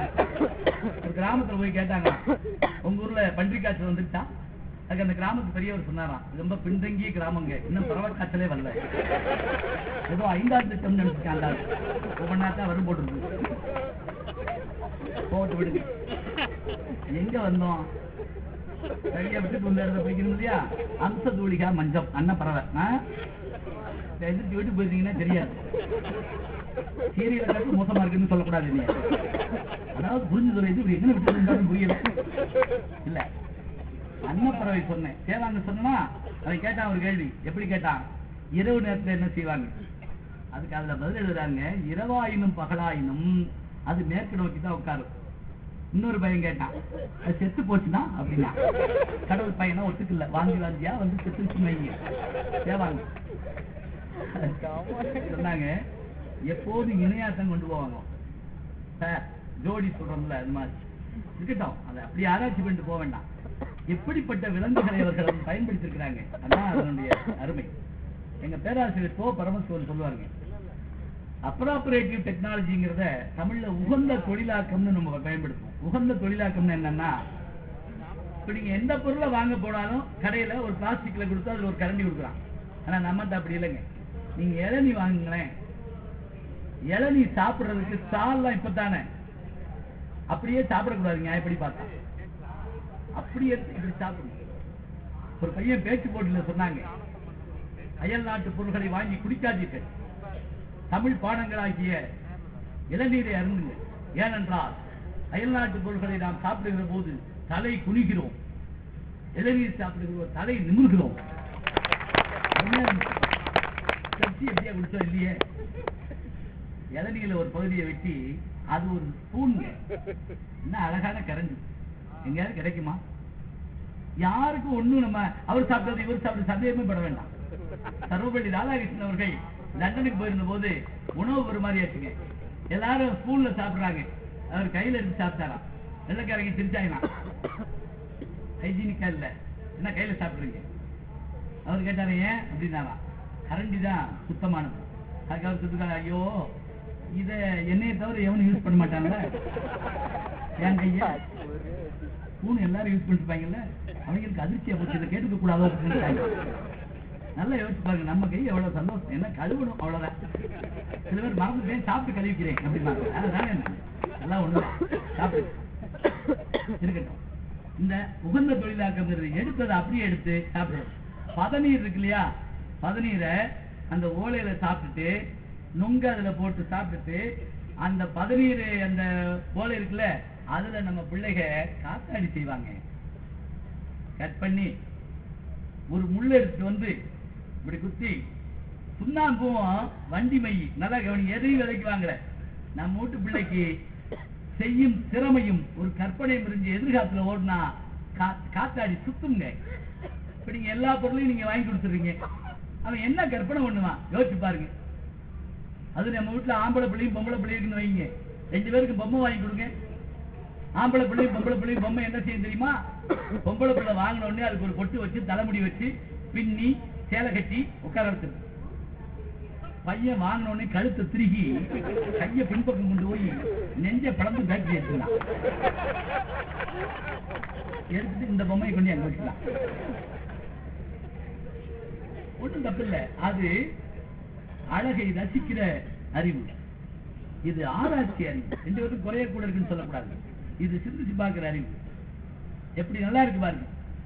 இப்ப இந்த பறவைகள், இந்த விலங்குகள் அம்சதுளியாபஞ்சம்னா அன்னப்பறவையினுடைய இந்த இடுப்பு பகுதியில் இருக்கக்கூடிய ரெக்கைகள் அது பிணையோடு கூடும் போது உதிருமாங்க. அதை எடுத்து வந்து அந்த மெத்தல வைப்பானா. எவ்வளவு ஆச்சரியம்! எப்படி அனுபவிச்சுக்காங்க பாருங்க. அதாவது கண்டுகொண்டேன் ஒரு படத்துல சுஜாதா வசனம் எழுதியிருப்பாரு. இந்த கதாநாயகன் வந்து சொல்லுவாரு, நான் வந்து ஒரு ஆத்துப்படியும் எடுக்க போறேன், அப்படியா அப்பா அவங்க அப்பா சொல்லுவாரு, இந்த பாரு, வெள்ளைக்காரனுக்கு மேல ஒரு ரொட்டி கீழே ஒரு ரொட்டி நடுவுல ஒரு கோழிக்கால் இருந்தா அவன் சாப்பிட்டுதான். நம்ம அப்படி சாப்பிட மாட்டோம். ஊறுகாயிலேயே 18 வகை போன மாளுக. அதுல பூண்டு, இஞ்சி, என்ன மாங்காய் இஞ்சி வச்சுட்ட உங்கள்கிட்ட பரிசு நாக்கு அம்புட்டு திங்கணும். 24 மணி நேரத்துக்கு முதல்ல யோசிக்கணும். அதனால நம்ம வீட்டு பெண்களுக்கு சந்தோஷமான ஒரு வார்த்தை சொல்லணும்னு வச்சுக்கோங்களேன், வேற ஒண்ணும் சொல்ல வேண்டாம். நீங்க நாளைக்கு சமைக்க வேண்டாம்னு சொல்லுங்க. அது மாதிரி சுதந்திர இன்பம் உலகத்துல எதுவுமே கிடையாது. என் துணைவியார் ஒரு நாள் நைட் 12 மணிக்கு, நாளைக்கு நீங்க மத்தியான சாப்பாடு கொண்டு வரீங்களான்னு கேட்டாங்க. நான் சொன்னேன், இந்நேரம் பேசுற பேச்சாது, அப்ப வேணாமா, ஒரு முடிவுக்கு வாங்க.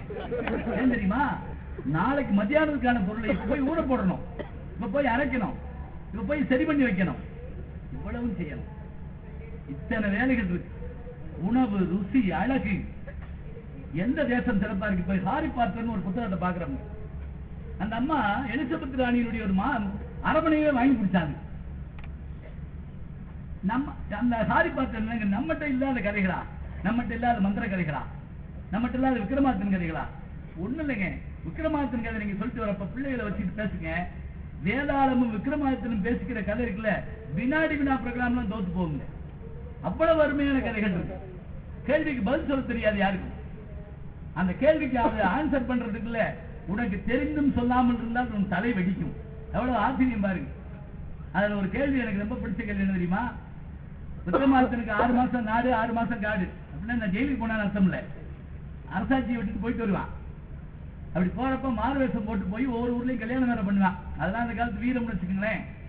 அப்படி போனா ஒரு பெண்ணை கல்யாணம் பண்ண போறப்போ நிறைய போட்டிகளை கலந்துட்டாங்க, ஜெயிச்சான். கடைசி போட்டி அந்த கதாநாயகி அறிவிக்கிறான். எப்படி தெரியுமா? சரி, நீ என்னைய பார்த்ததில்ல, நான் உன்னைய பார்த்ததில்லை. இப்ப 1000 பேருக்கு நடுவுல நான் வருவேன். என்னை நீ கண்டுபிடிச்சேன்னா என்னைய கல்யாணம் பண்ணிக்கலாம். விக்ரமாதித்தனுக்கு அந்த கதாநாயகி சொல்ற நிபந்தனை. இப்ப விக்ரமாதித்தன் வேதாளத்துக்கு கேட்டான், எப்படி கண்டுபிடிக்கிறது? வேதாளம் கையை பிடிச்சு கூட்டு போய் நிப்பாட்டாதுங்க. அது என்ன செய்யும் தெரியுமா? ஒண்ணும் கவலைப்படாத, அந்த 1000 பேர் எப்படி வர்றாங்கன்னு பாருங்க. 1000 பேரும் ஒயிட்டு நம்ம பாரதிராஜா படம் மாதிரி கையில விளக்கேந்தி வர்றாங்க. சரி, நீ ஒண்ணும் இல்ல, இந்த 1000 பேர் விளக்கேந்தி வர்றாங்கல்ல, இப்ப நானு ஒரே ஊதல் அம்பட்டி அணைச்சு விடுவேன். திருப்பி விளக்கு பொருத்துவாங்கல்ல, அப்ப கண்டுபிடி அப்படிங்கிறது வேதாளம். அதே மாதிரி 1000 பேர் அப்படி நடந்து வர்றாங்க, ஒயிட் போட்டு விளக்கு பொருத்தி விட்டு வர்றாங்க. வேதாளம் ஒரு ஊதுச்சு, அம்பட்டு அமர்ந்து போச்சு. அமர்ந்த பிறகு விளக்க பொருத்துறாங்க. 6வது வரிசையில் 617வது பொம்பளை போய் கையை பிடிச்சா. யாரு? விக்ரமாதித்தன். நீதான் இளவரசினா. அசந்து போனால எப்படி கண்டுபிடிச்ச அப்படின்னா, இப்போ நானே கேட்கிறேன், அவன் எப்படி கண்டுபிடிச்சான்? வரட்டுமா? அப்படி கிளம்ப கூடாது. நீங்க இதைத்தான் நாங்க எதிர்பார்த்தோம். இப்படி ஏதாவது எங்களுக்கு நடக்கணும்னு தெரியும். வாத்தியார பேச கொடுத்தா கடைசியில் புத்தியை காமிச்சிட்டாங்க. அப்படியே கேள்வி கேட்டால் நானே பதில் சொல்லிடுவேன். நான் அரசு செய்யறேன். நமக்கு எதுக்கு ஊர் பகை? நம்மளே கேள்வி கேட்டு நம்மளே பதில் சொல்லிட்டு போயிடும். ஒரு அப்பா ஒரு பையனை கேட்டாராம், உங்க வகுப்புலயே நல்லா படிக்கிறது யாரு? எங்க வாத்தியாரு அப்படின்றியா? அவர் தானே 10 வருஷமா அதையே நடந்துகிட்டே இருக்காரு. இப்படி நேரங்களில் நீங்க என்ன பண்ணலாம்? இதுக்கு பதில் சொன்னாங்கன்னா உடனே ஒரு புத்தகத்தை எடுத்து கொடுக்கலாம். நீங்க நினைப்பீங்க இப்படியே எல்லா புத்தகத்தையும் நீங்க ஏற்பாடு பண்ணி அங்க ஓசியா புத்தகம் கொடுக்க சொல்லிக்கிட்டு இங்க வந்து இல்லைங்க, அப்படி இல்லை. எங்க நகைச்சுவை பண்ற மாதிரி நடக்குதுங்க. 20 வருஷம் நடத்திட்டு டாக்டர் சேதுராம் நடத்துறாரு. மேடைக்கு வர்ற குழந்தை எல்லாத்துக்குமே அதனுடைய வயது என்ன இருக்குங்கிறீங்க? 4 வயது, 5 வயது, 8 வயது, 10 வயது, 12 வயது. மைக்க பிடிச்சி ஜோக் சொன்னா, ஜோக்கோ இல்லையோ, அந்த குழந்தை சொல்லி முடிச்சவனு பிரமாதமா பாராட்டி நானு 2 பேர் கை கொடுத்து அது கையில ஒரு புத்தகத்தை கொடுத்து ஒரு பரிசை கொடுத்து அனுப்புவாங்க. என்ன பெருமிதம் தெரியுமா? அந்த குழந்தைகள் சொல்ற ஜோக்கத்தான் இன்னைக்கு எடுத்து எல்லாரும் அசத்த போகுது கலக்க போகுதுன்னு மிரட்டிக்கிட்டு இருக்காங்க பல பேர். போட்டு அதனால ஒண்ணும் இல்லை. எதுக்காக? ஒரு கேள்வி கேட்டு பதில் சொன்ன உடனே ஒரு சந்தோஷம், சபையில் அங்கீகாரம். சரி, நான் கேட்ட கேள்விக்கு யாருக்காவது பதில் தெரிஞ்சா தெரியலன்னு நினைக்கிறேன், பரவாயில்ல, நானே சொல்லிடுறேன். எப்படி கண்டுபிடிச்சான்? அவன் பாட்டுக்கு போய் 617வது நம்பரை போய் கைப்பிடிச்சிருத்தானா நியூமராலஜி படி அங்கதான் நிப்பான்னு இல்ல, ஒரு பழக்கத்தை வச்சு கண்டுபிடிக்கிறாங்க. இப்ப வழக்கமா நம்ம வீடுகள்ல விளக்கு அமர்ந்து வச்சுன்னு வைங்க. இப்ப பல்பு விட்டுருங்க, மின்சாரத்து வர்றதுக்கு முதல்ல வீட்டுல விளக்கு பொருத்துறோம். இந்த விளக்கு பொருத்தி அமர்ந்து போச்சுன்னா உடனே என்ன செய்வோம்னா அந்த திரியை நசுக்கி விடுவோம். அடுத்து செய்யற வேலை என்ன? அப்படி தேவ தலையில இல்லைன்னா எப்படிமோ, இல்லைன்னா பக்கத்துல இருக்க ஆள் மேல தலை விட்டுருவோம். சில வீட்டுல ஸ்கிரீன் தொங்க விட்டுருப்பாங்க பாத்துருக்கீங்களா, பெரிய கட்சி பண்ணுதான் போறவரெல்லாம் வய தொடச்சு போயிட்டே பேசாம அதுக்கு அந்த ஆசை போட்டுருப்பாங்க. 999 பேரும் அந்த இதை பொருத்திட்டு அதை இது பண்ணிட்டு இப்படி தலையில தேய்ச்சாங்க. ஒருத்தி மட்டும் அதை பொறுத்ததுக்கு முதல்ல அப்படின்னு இப்படி திரும்பி திரும்பி பார்த்துக்கிட்டே நிற்கிறான். அரச குடும்பத்தில் பிறந்தவளுக்கு ஒரு வழக்கம் உண்டு, கையை சுத்தம் செய்ய வேண்டும் என்றாலும் அல்லது ஏதேனும் ஒரு செயல்பாடு செய்ய வேண்டும் என்றாலும் உதவியாளர்கள் எப்போதும் கூட நிற்பாங்க. அப்ப அவ என்ன செய்யறான்னா சட்டுன்னு திரும்பி வேலைக்காரியை பார்க்கிறான். இவன் அதை கண்டுபிடிக்கிறான், இவதான் ராஜகுமாரி. பழக்கம் என்பது இந்த லைஃப் ஸ்டைல்னு ஒரு வார்த்தை நீங்க பயன்படுத்துறோம்ல. சிங்கப்பூர்ல இருக்க நம்ம ஆட்கள் என்ன செய்யறாங்க தெரியுங்களா, இங்க பெல்ட் போட சொல்லுவாங்க, ஆனா நாங்க போட மாட்டோம் அப்படிம்பாங்க. ஆனா அந்த ஊர்ல பிறந்த நம்ம ஊர் குழந்தை இருக்குல்ல, நம்ம ஊர்க்காரருடைய அந்த ஊர்ல பிறந்த குழந்தை ஏறி உட்கார்ந்தோடனே பெல்ட் மாட்டுங்க. நமக்கு பெல்ட் மாட்டணும் தெரியும், ஆனா யோசிப்போம். அந்த குழந்தை பெல்ட் மாட்டுங்கிறத சட்டமாக்கிறது லைஃப் ஸ்டைல் அப்படிமா. இத அந்த இடத்துல இந்த கதை இதுல நீங்க வேற ஒண்ணும் வேண்டாங்க, நீங்க படிச்சுட்டு ஒரு கேள்வி கேட்கறீங்க, குழந்தை பதில் சொல்லுது. விடுகதைகள் காணா போச்சே, நம்மகிட்ட பழமொழிகள் காணா போச்சே, நல்ல பாட்டெல்லாம் காணா போச்சே. நாம ஆங்கிலம் படிப்பது நிச்சயமாக வேணும், எல்லா மொழியும் தெரியணும். 33 மொழிகள் தெரிந்த ராகுல சாகித்யாயன் வால்கா முதல் கங்கை வரைங்கிற அந்த நூலுக்கு தமிழ் பதிப்பு மொழிபெயர்ப்புல எழுத போது கனமுத்தையான்னு நினைக்கிறேன் அந்த முதல் மொழிபெயர்ப்பது. அதை கொடுத்த போது அதை வாங்கி 1.5 மாதம் அவர் படிச்சு பார்த்தாராங்க.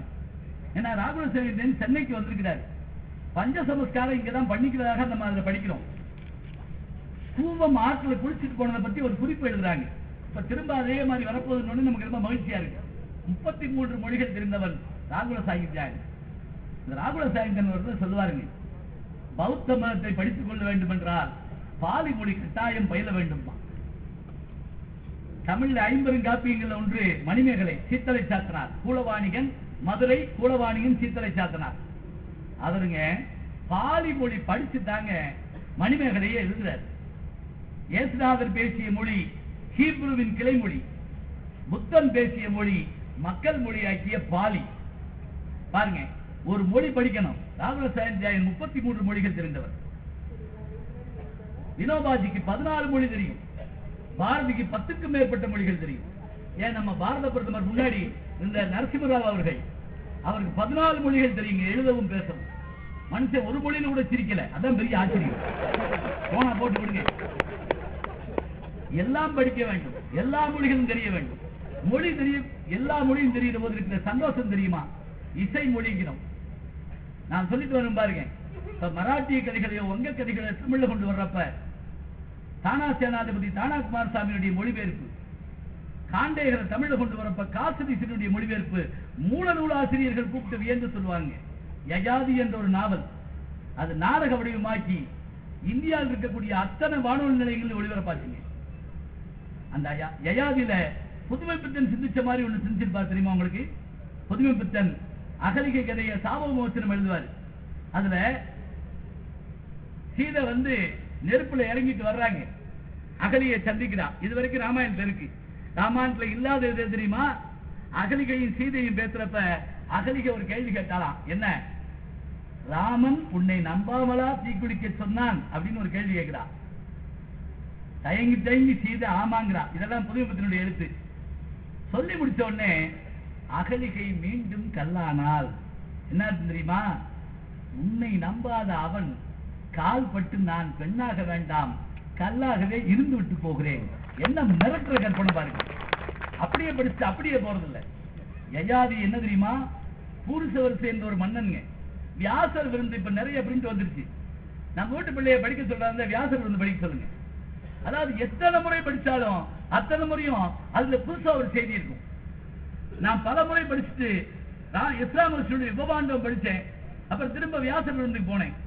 அதுல கௌரவர்கள் 100 பேர்னா ஒரு பெண்ணு துச்சலை 101வது பெண்ணு. அது தவிர திருதராஷ்டிரனுக்கு இயுத்சுன்னு ஒரு மகன் இருந்தாங்கிற செய்தியை வியாசர் விருந்துல ஒரு குறிப்பிட வருதுங்க. படிக்க படிக்க நமக்கு ஆச்சரியமாவும் பயமாவும் இருக்குது. என்ன தெரியுமா? நூல்கள் நமக்கு இத்தனை செய்தியை கொண்டு வந்து தருதுங்க. எதுக்கு வியாசர் விருந்து படிக்க சொல்றோம்? இந்த பூரிசிவரசனுடைய கதை வருதுங்க. அவனுக்கு ஒரு நோய் ஏற்பட்டு போச்சு. அவன் என்ன பண்றான்? தன்னுடைய இந்த யயாதி என்ன பண்றான்? பூரிசிவரசனுடைய மகன் பேர் தான் பூரிசிவரசு. யயாதி ராஜா பேரு. அவனுக்கு ஒரு சாபம் வந்துருச்சு. திடீர்னு முதுமை வந்துருச்சு. இப்ப நீங்க இந்த படம் பாக்குறீங்க இல்லையா? இது மகாபாரதத்துல இருக்குங்க. இந்த சின்ன வயசுலயே முதுமை வந்துருச்சுன்னு ஒரு இது காட்டுறாங்கல்ல, அது அதுல இருக்கு. அந்த பிள்ளைகளை கூப்பிடுறான், என்னுடைய முதுமையை யார் வாங்கிக்கிறா? அவங்களுக்கு ராஜ்யமும் தர்றேன், எல்லாம் தர்றேன். எல்லாரும் மறுத்துறான். கடைசி பையன் பூரிசிவரசு வாங்கிக்கிறாங்க. யயாதிட்ட வாங்கிக்கிறான். எப்படி? உன்னுடைய முதுமை எனக்கு கொடுப்பா, ராஜாவுக்காக இல்ல, எனக்கு வேண்டாம், உன் மேல இருக்க அன்புனால நான் வாங்கிக்கிறேன். உடனே என்ன பண்றான்? மகனுடைய இளமையை வாங்கிட்டு யயாதி மனைவிட்ட போறாங்க. மகாபாரதத்தில் இல்லாததை காந்தேகர் எழுதுறாரு. யயாதி மனைவியை தொட வர்றவன்னு மனைவி பின்வாங்கிறாங்க. என் மகனின் இளமை, நீ என் மகனாவாய், தொடாதேங்கிறான். புராணங்களை பரட்டி பார்க்கிறப்ப அதிர்ச்சியும் மலர்ச்சியும் எத்தனை முறை படித்தாலும் திரும்ப திரும்ப நம்ம அதை விளக்க வேண்டியதில்லை, ஒதுக்க வேண்டியதில்லை. பாரதிதாசன் ஆண்டாளின் குமரகுருவன் சொல்வார், திரும்ப படிங்க. 8ஆம் நூற்றாண்டில் ஆண்டாளுடைய பாசுரங்கள் இருக்கக்கூடிய அழகு என்ன? சயின்ஸ் சொல்வாங்க. நம்ம இந்த மார்கழி மாசத்துல மட்டும்தான் வியாழர் கிரகம் தெரியுமா? இன்னைக்கு அநேகமா 20வது பாட்டு நினைக்கிறேன். மார்கழி மாசம் ஒரு பாட்டுல சொல்லுவா, விடிவெள்ளியானது விடியற் காலையில தெரியும், அது தோன்றுவதற்கு முன்பாக வியாழ கிரகம் மறைஞ்சு போகுங்கிறாங்க. வெள்ளி எழுந்து வியாழம் உறங்கிட்டு ஒரு பாட்டுல சொல்றான். வியாழம் என்கிற கிரகம் வெறுங்கண்ல பார்க்கலாம், செவ்வாய்கிற கிரகத்தை வெறுங்கண்ல பார்க்கலாம். இந்த மார்கழி மாசத்துல அந்த பெண்கள் எழுந்து கோலம் போட்டு பார்க்கிற போது அதையெல்லாம் நகரத்துல கொஞ்சம் மறைஞ்சிருச்சோன்னு பயமா இருக்குது. என்ன பண்ண முடியும்? அபார்ட்மெண்ட் வீட்டுல கோலம் போட முடியுமா? கோலப்படி எழுதி வெளியதே அறிய முடியும். அதுவும் அந்த கோலம் போடுற பெண்கள் கோலம் போட்டு உடனே உள்ள போக மாட்டாங்க. அது ஒரு மெடிடேஷன். காலை மடக்கி புள்ளி வச்சு கோலம் போட்டு செம்மண் பட்டை பிடிச்சு தாங்க உருண்டை வச்சு மேல ஒரு பூசணிப்பு வச்சுட்டு அப்படியே ஒரு நிமிஷம் நின்று பார்ப்பாங்க. அப்பதான் சூரியன் எந்திரிப்பான். டி ஜானகிராமனுடைய அம்மா வந்தால் படிச்சீங்கன்னா அதுல வரக்கூடிய அப்பு விபூதி எப்படி வச்சு தண்ணீர்ல வச்சு மேல போடுவாங்க. வினாடி நேரத்தில் அந்த நீர் வெந்நீராக மாறியது போல பொழுது புலர்ந்ததுன்னு எழுதுவார். திடீர்னு பார்த்துக்கிட்டே இருப்போமா, திடீர்னு அந்த வானம் வெள்ளையா தெரியுமா, விபூதியை குறைச்சி பூசினா அப்படி தெரியும்னு அவர் சொல்லுவார். இப்படி முடிச்ச உடனே இந்த பெண்கள் அப்படி உள்ள போக மாட்டாங்க. ஒரு நிமிஷம் அப்படி பார்ப்பாங்க. நம்ம செஞ்ச வேலையினுடைய அழகு. கீழ்வானம் வெள்ளன்று எருமை சிறு வீடு மேவான் பரந்தனகான் மிக்குள்ள பிள்ளைகளும் போவான் போகின்றாரை போகாமல் காத்து உன்னை பூவான் வந்திருந்த கோதுகளமுடைய பாவாய் எழுந்துராய். சில பெண்களுக்கு ஒரு விபரீத ஆசையும் வரும். என்ன தெரியுமா? நம்ம கணவனை கூப்பிட்டு இதை காட்டணும். என்னங்க அப்படின்னு ஒண்ணே அவன் வேட்டி அங்க போர்வையவே வேட்டியா கட்டிக்கிட்டு திடுதிடுன்னு ஓடி வந்து அந்த கோலத்துல குதிச்சு என்ன என்னான்னு கத்துதான். போய் படு. கோலத்தை பார்க்க வரல, இப்படி அலங்கோலமா வந்து அதுல ஆடுவாங்க. அவன் ஏன் ஓடியாந்தான் தெரியுமா? செயின் அத்துட்டு போய் தாங்கி கொண்டு. ஏன்னா இப்ப அதை சில பேர் திருப்பணியா செஞ்சுட்டு மார்கழி மாசம் 20 நாள் ஆச்சு. நீ கிழக்கு தெருக்கு போ, நீ மேற்கு தெருக்கு போ, என்ன செய்யலாம்?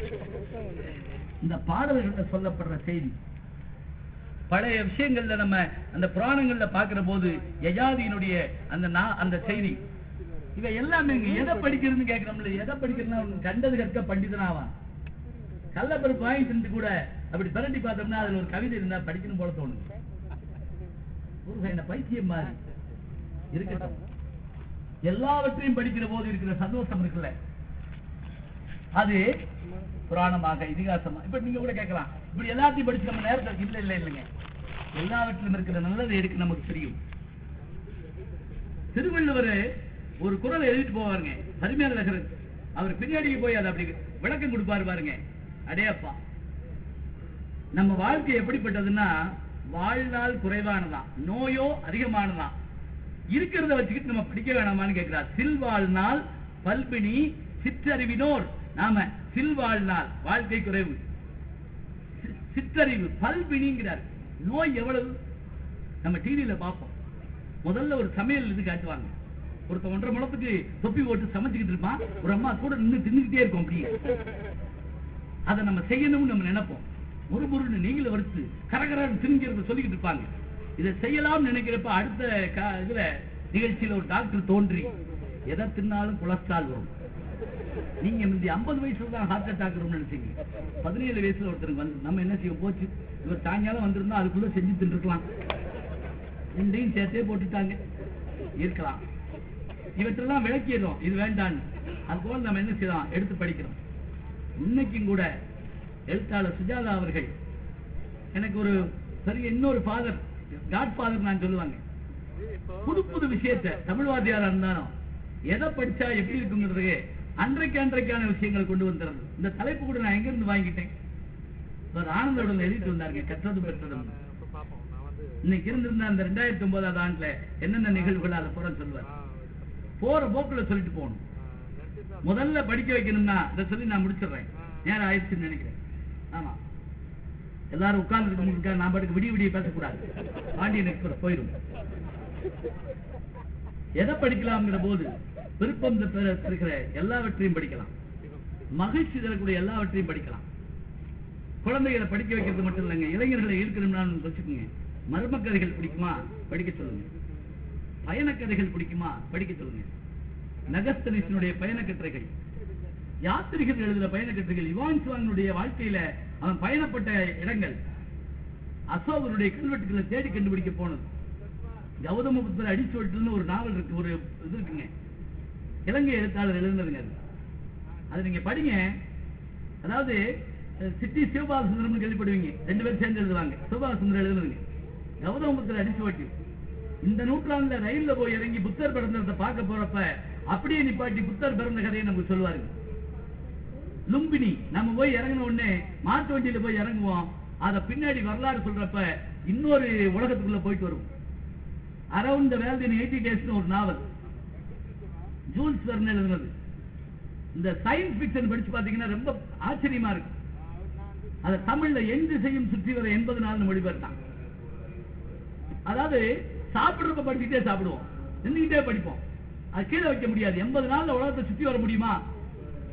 சுத்தி வந்தா உன் சொத்து உனக்கு, இல்லைன்னா உனக்கு இல்ல. சுத்தி வருவாங்க.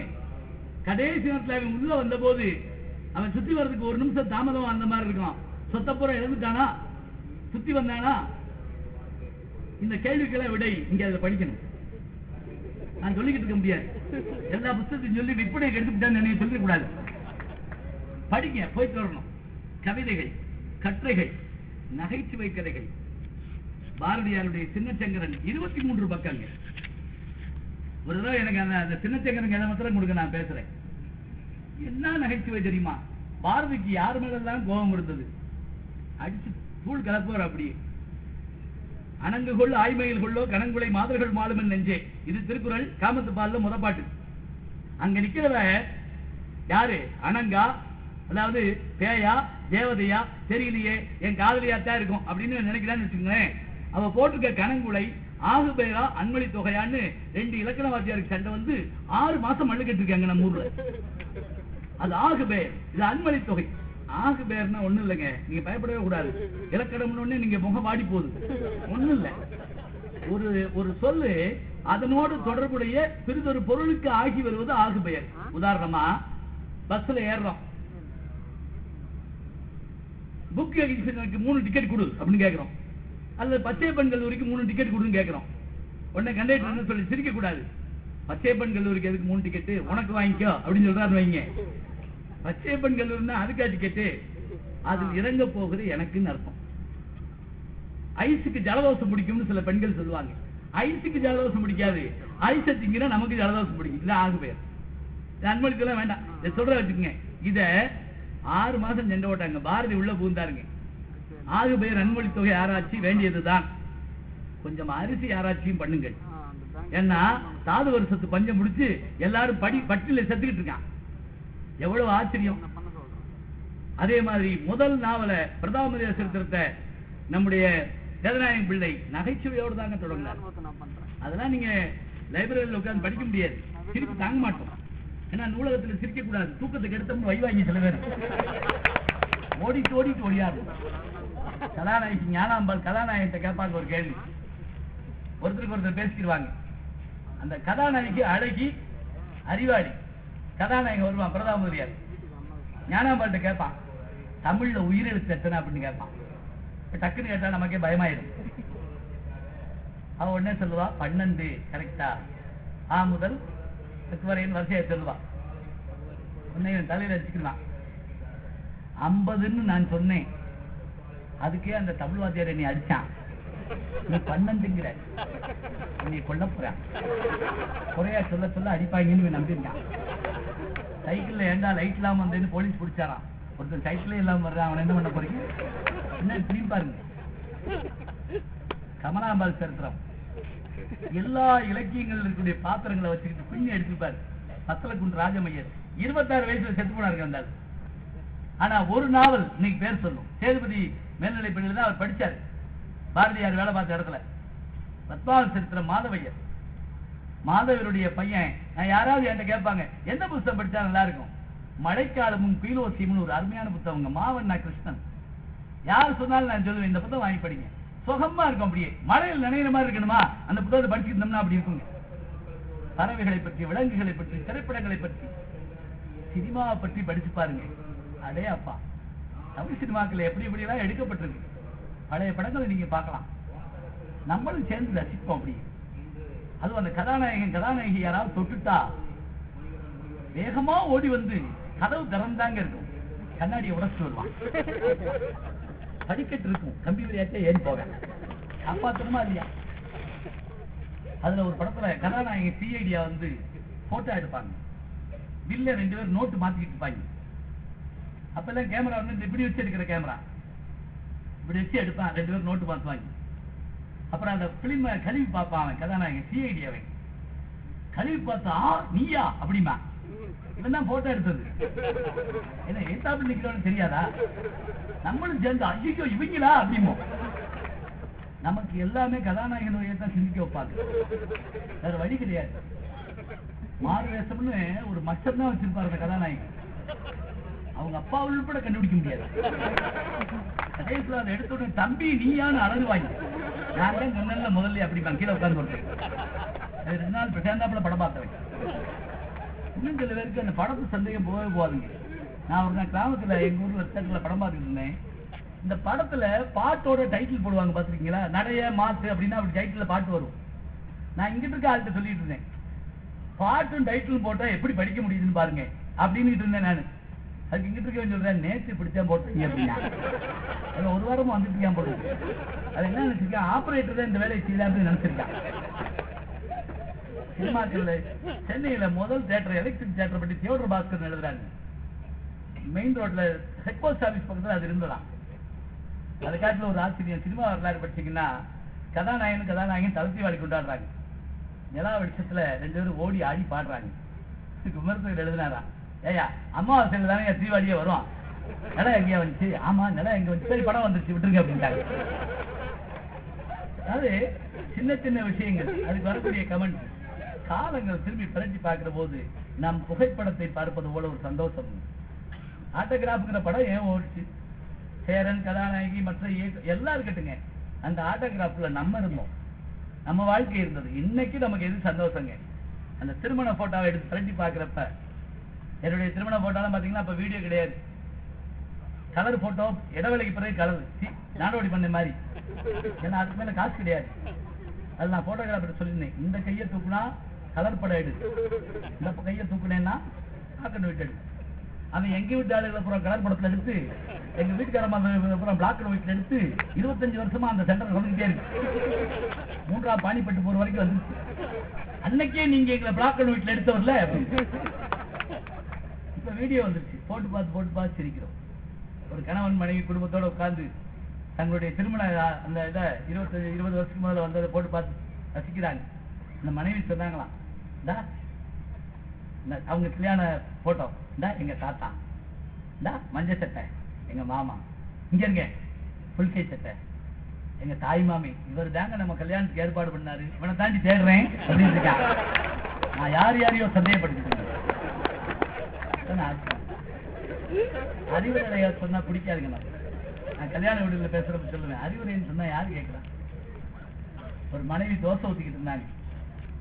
கணவன் பின்னாடி போய் நின்று, பார்த்து ஊத்து, கரண்டி போடு, எண்ணெய் போடு, எதை இறக்கு, அதை மாத்து.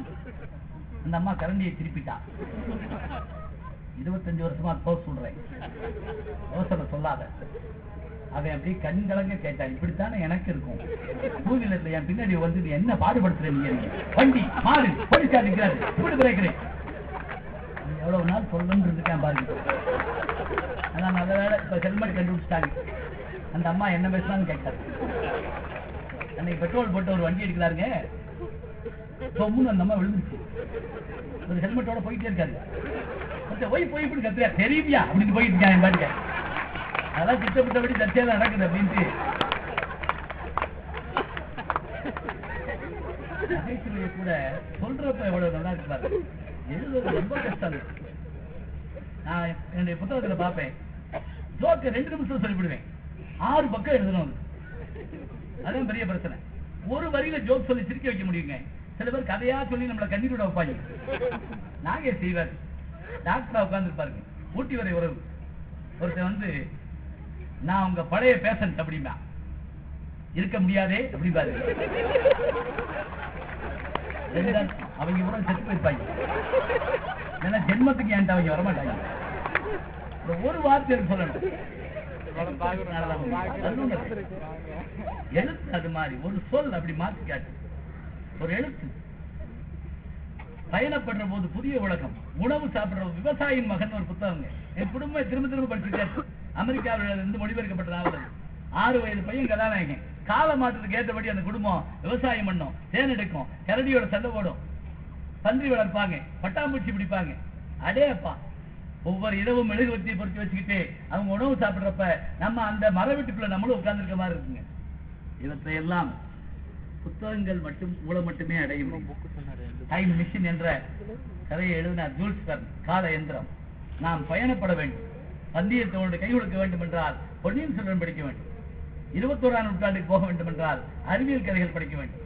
கவிதையில் ஆள வேண்டும் என்றால் கவிதையோடு சேர்ந்து பயணப்பட வேண்டும். அவையெல்லாம் செய்வதற்கு புத்தகங்கள் வேண்டும். கோயிலுக்கு போயிட்டு வெளியே வர்றப்ப கொஞ்சம் பிரசாதம் வாங்கிட்டு வர்றோம், விபூதி பூசிட்டு வர்றோம். உழவர் சந்தைக்கு போயிட்டு வர்றப்ப காய்கறி வாங்கிட்டு ஒண்ணும் இல்லைன்னா கருவேப்பிள்ளையாவது போடு அப்படின்னு வாங்கிட்டு வர்றோம். இப்படி எங்க போனாலும் ஏதாவது வாங்கிட்டு வர்றோம். புத்தக காட்சிக்கு வருகிற நீங்கள் உங்கள் கைகளில் ஒரு புத்தகத்தை வைத்துக் கொண்டு போனால் எப்படி கோவிலுக்கு சென்று வருகிற போது உங்களுக்கு ஒரு பயன்பாடு இருந்ததோ, எப்படி உழவு சந்தைக்கு போயிட்டு வருகிற போது உங்களுக்கு ஒரு பயன்பாடு இருந்ததோ, அதுபோல நான் புத்தக காட்சியில் இருந்து வருகின்றேன் என்று சொல்வதற்கு புத்தகங்கள் வேண்டும். எழுத்தாளருக்கு, பதிப்பாளருக்கு, படிப்பாளருக்கு எல்லாவற்றுக்கும் புத்தகமே துணை. அதுவே தெய்வம், அதுவே கடவுள். அதனால்தான் சரஸ்வதியை தெய்வமாக வைத்திருக்கிறோம் என்று சொல்லி, கற்றது புத்தகங்கள் மூலம், பெற்றது பயணங்கள் படிப்பின் மூலம். நீங்களும் கற்றுக்கொள்ளுங்கள், பெற்றுக்கொள்ளுங்கள். எல்லாவற்றையும் வாங்கணுங்க, கொடுத்துட்டு தாங்க போகணும். எதையும் கொண்டு போக முடியாது. ஒரு பணக்காரர் இறந்து போனால் அவருடைய உடம்பு புதைக்கப்படுகிற போது எந்த பொருளையும் அவர் கொண்டு போக முடியாது. அப்படி பெட்டியை திறந்து காட்டுவான் அல்லது குழியை காட்டுவான், ஐயா பாத்துக்குங்க ஏதாவது இருக்கான்னு. ஏன்னா மோதிரத்தோட புதைச்சிட்டோம்னு தெரிஞ்சா நம்ம போறதுக்குள்ள 3 பேர் தோண்டிடுவாங்க. எந்த பொருளும் கொண்டு போக முடியாது. ஆனால் ஒரு படிப்பாளி இறந்து போனா, ஒரு வைஸ் சான்சலர் மறைந்து போனா, ஒரு மருத்துவர் இறந்து போனா, இந்த விரல் எத்தனை பேருக்கு ஆபரேஷன் பண்ணது, இவர் எத்தனை நூல்கள் எழுதினவர், இவருக்கு பிறகு யார், அந்த கதை அவரோடு போயிற்றே. அப்படி என்றால் அவரிடமிருந்து எதை பெற்றுக்கொண்டோம்? நூல்களை பெற்றுக்கொண்டோம். தக்கார் தகவலர் என்பது அவரவர் எச்சத்தார் காணப்படும். நான் திருவள்ளுவன் எச்சம் என்பது வாழ்க்கை மட்டுமில்லைங்க, புத்தகங்களும் தான். அந்த புத்தகங்கள் மூலம் அனுபவங்களை பெற வேண்டும், பெறுங்கள் என்று சொல்லி நல்ல வாய்ப்பு தந்த பெருமக்களை, இருந்து கேட்ட உங்களை வாழ்த்து வணங்கி விடைபெறுகிறேன். நன்றி, வணக்கம்.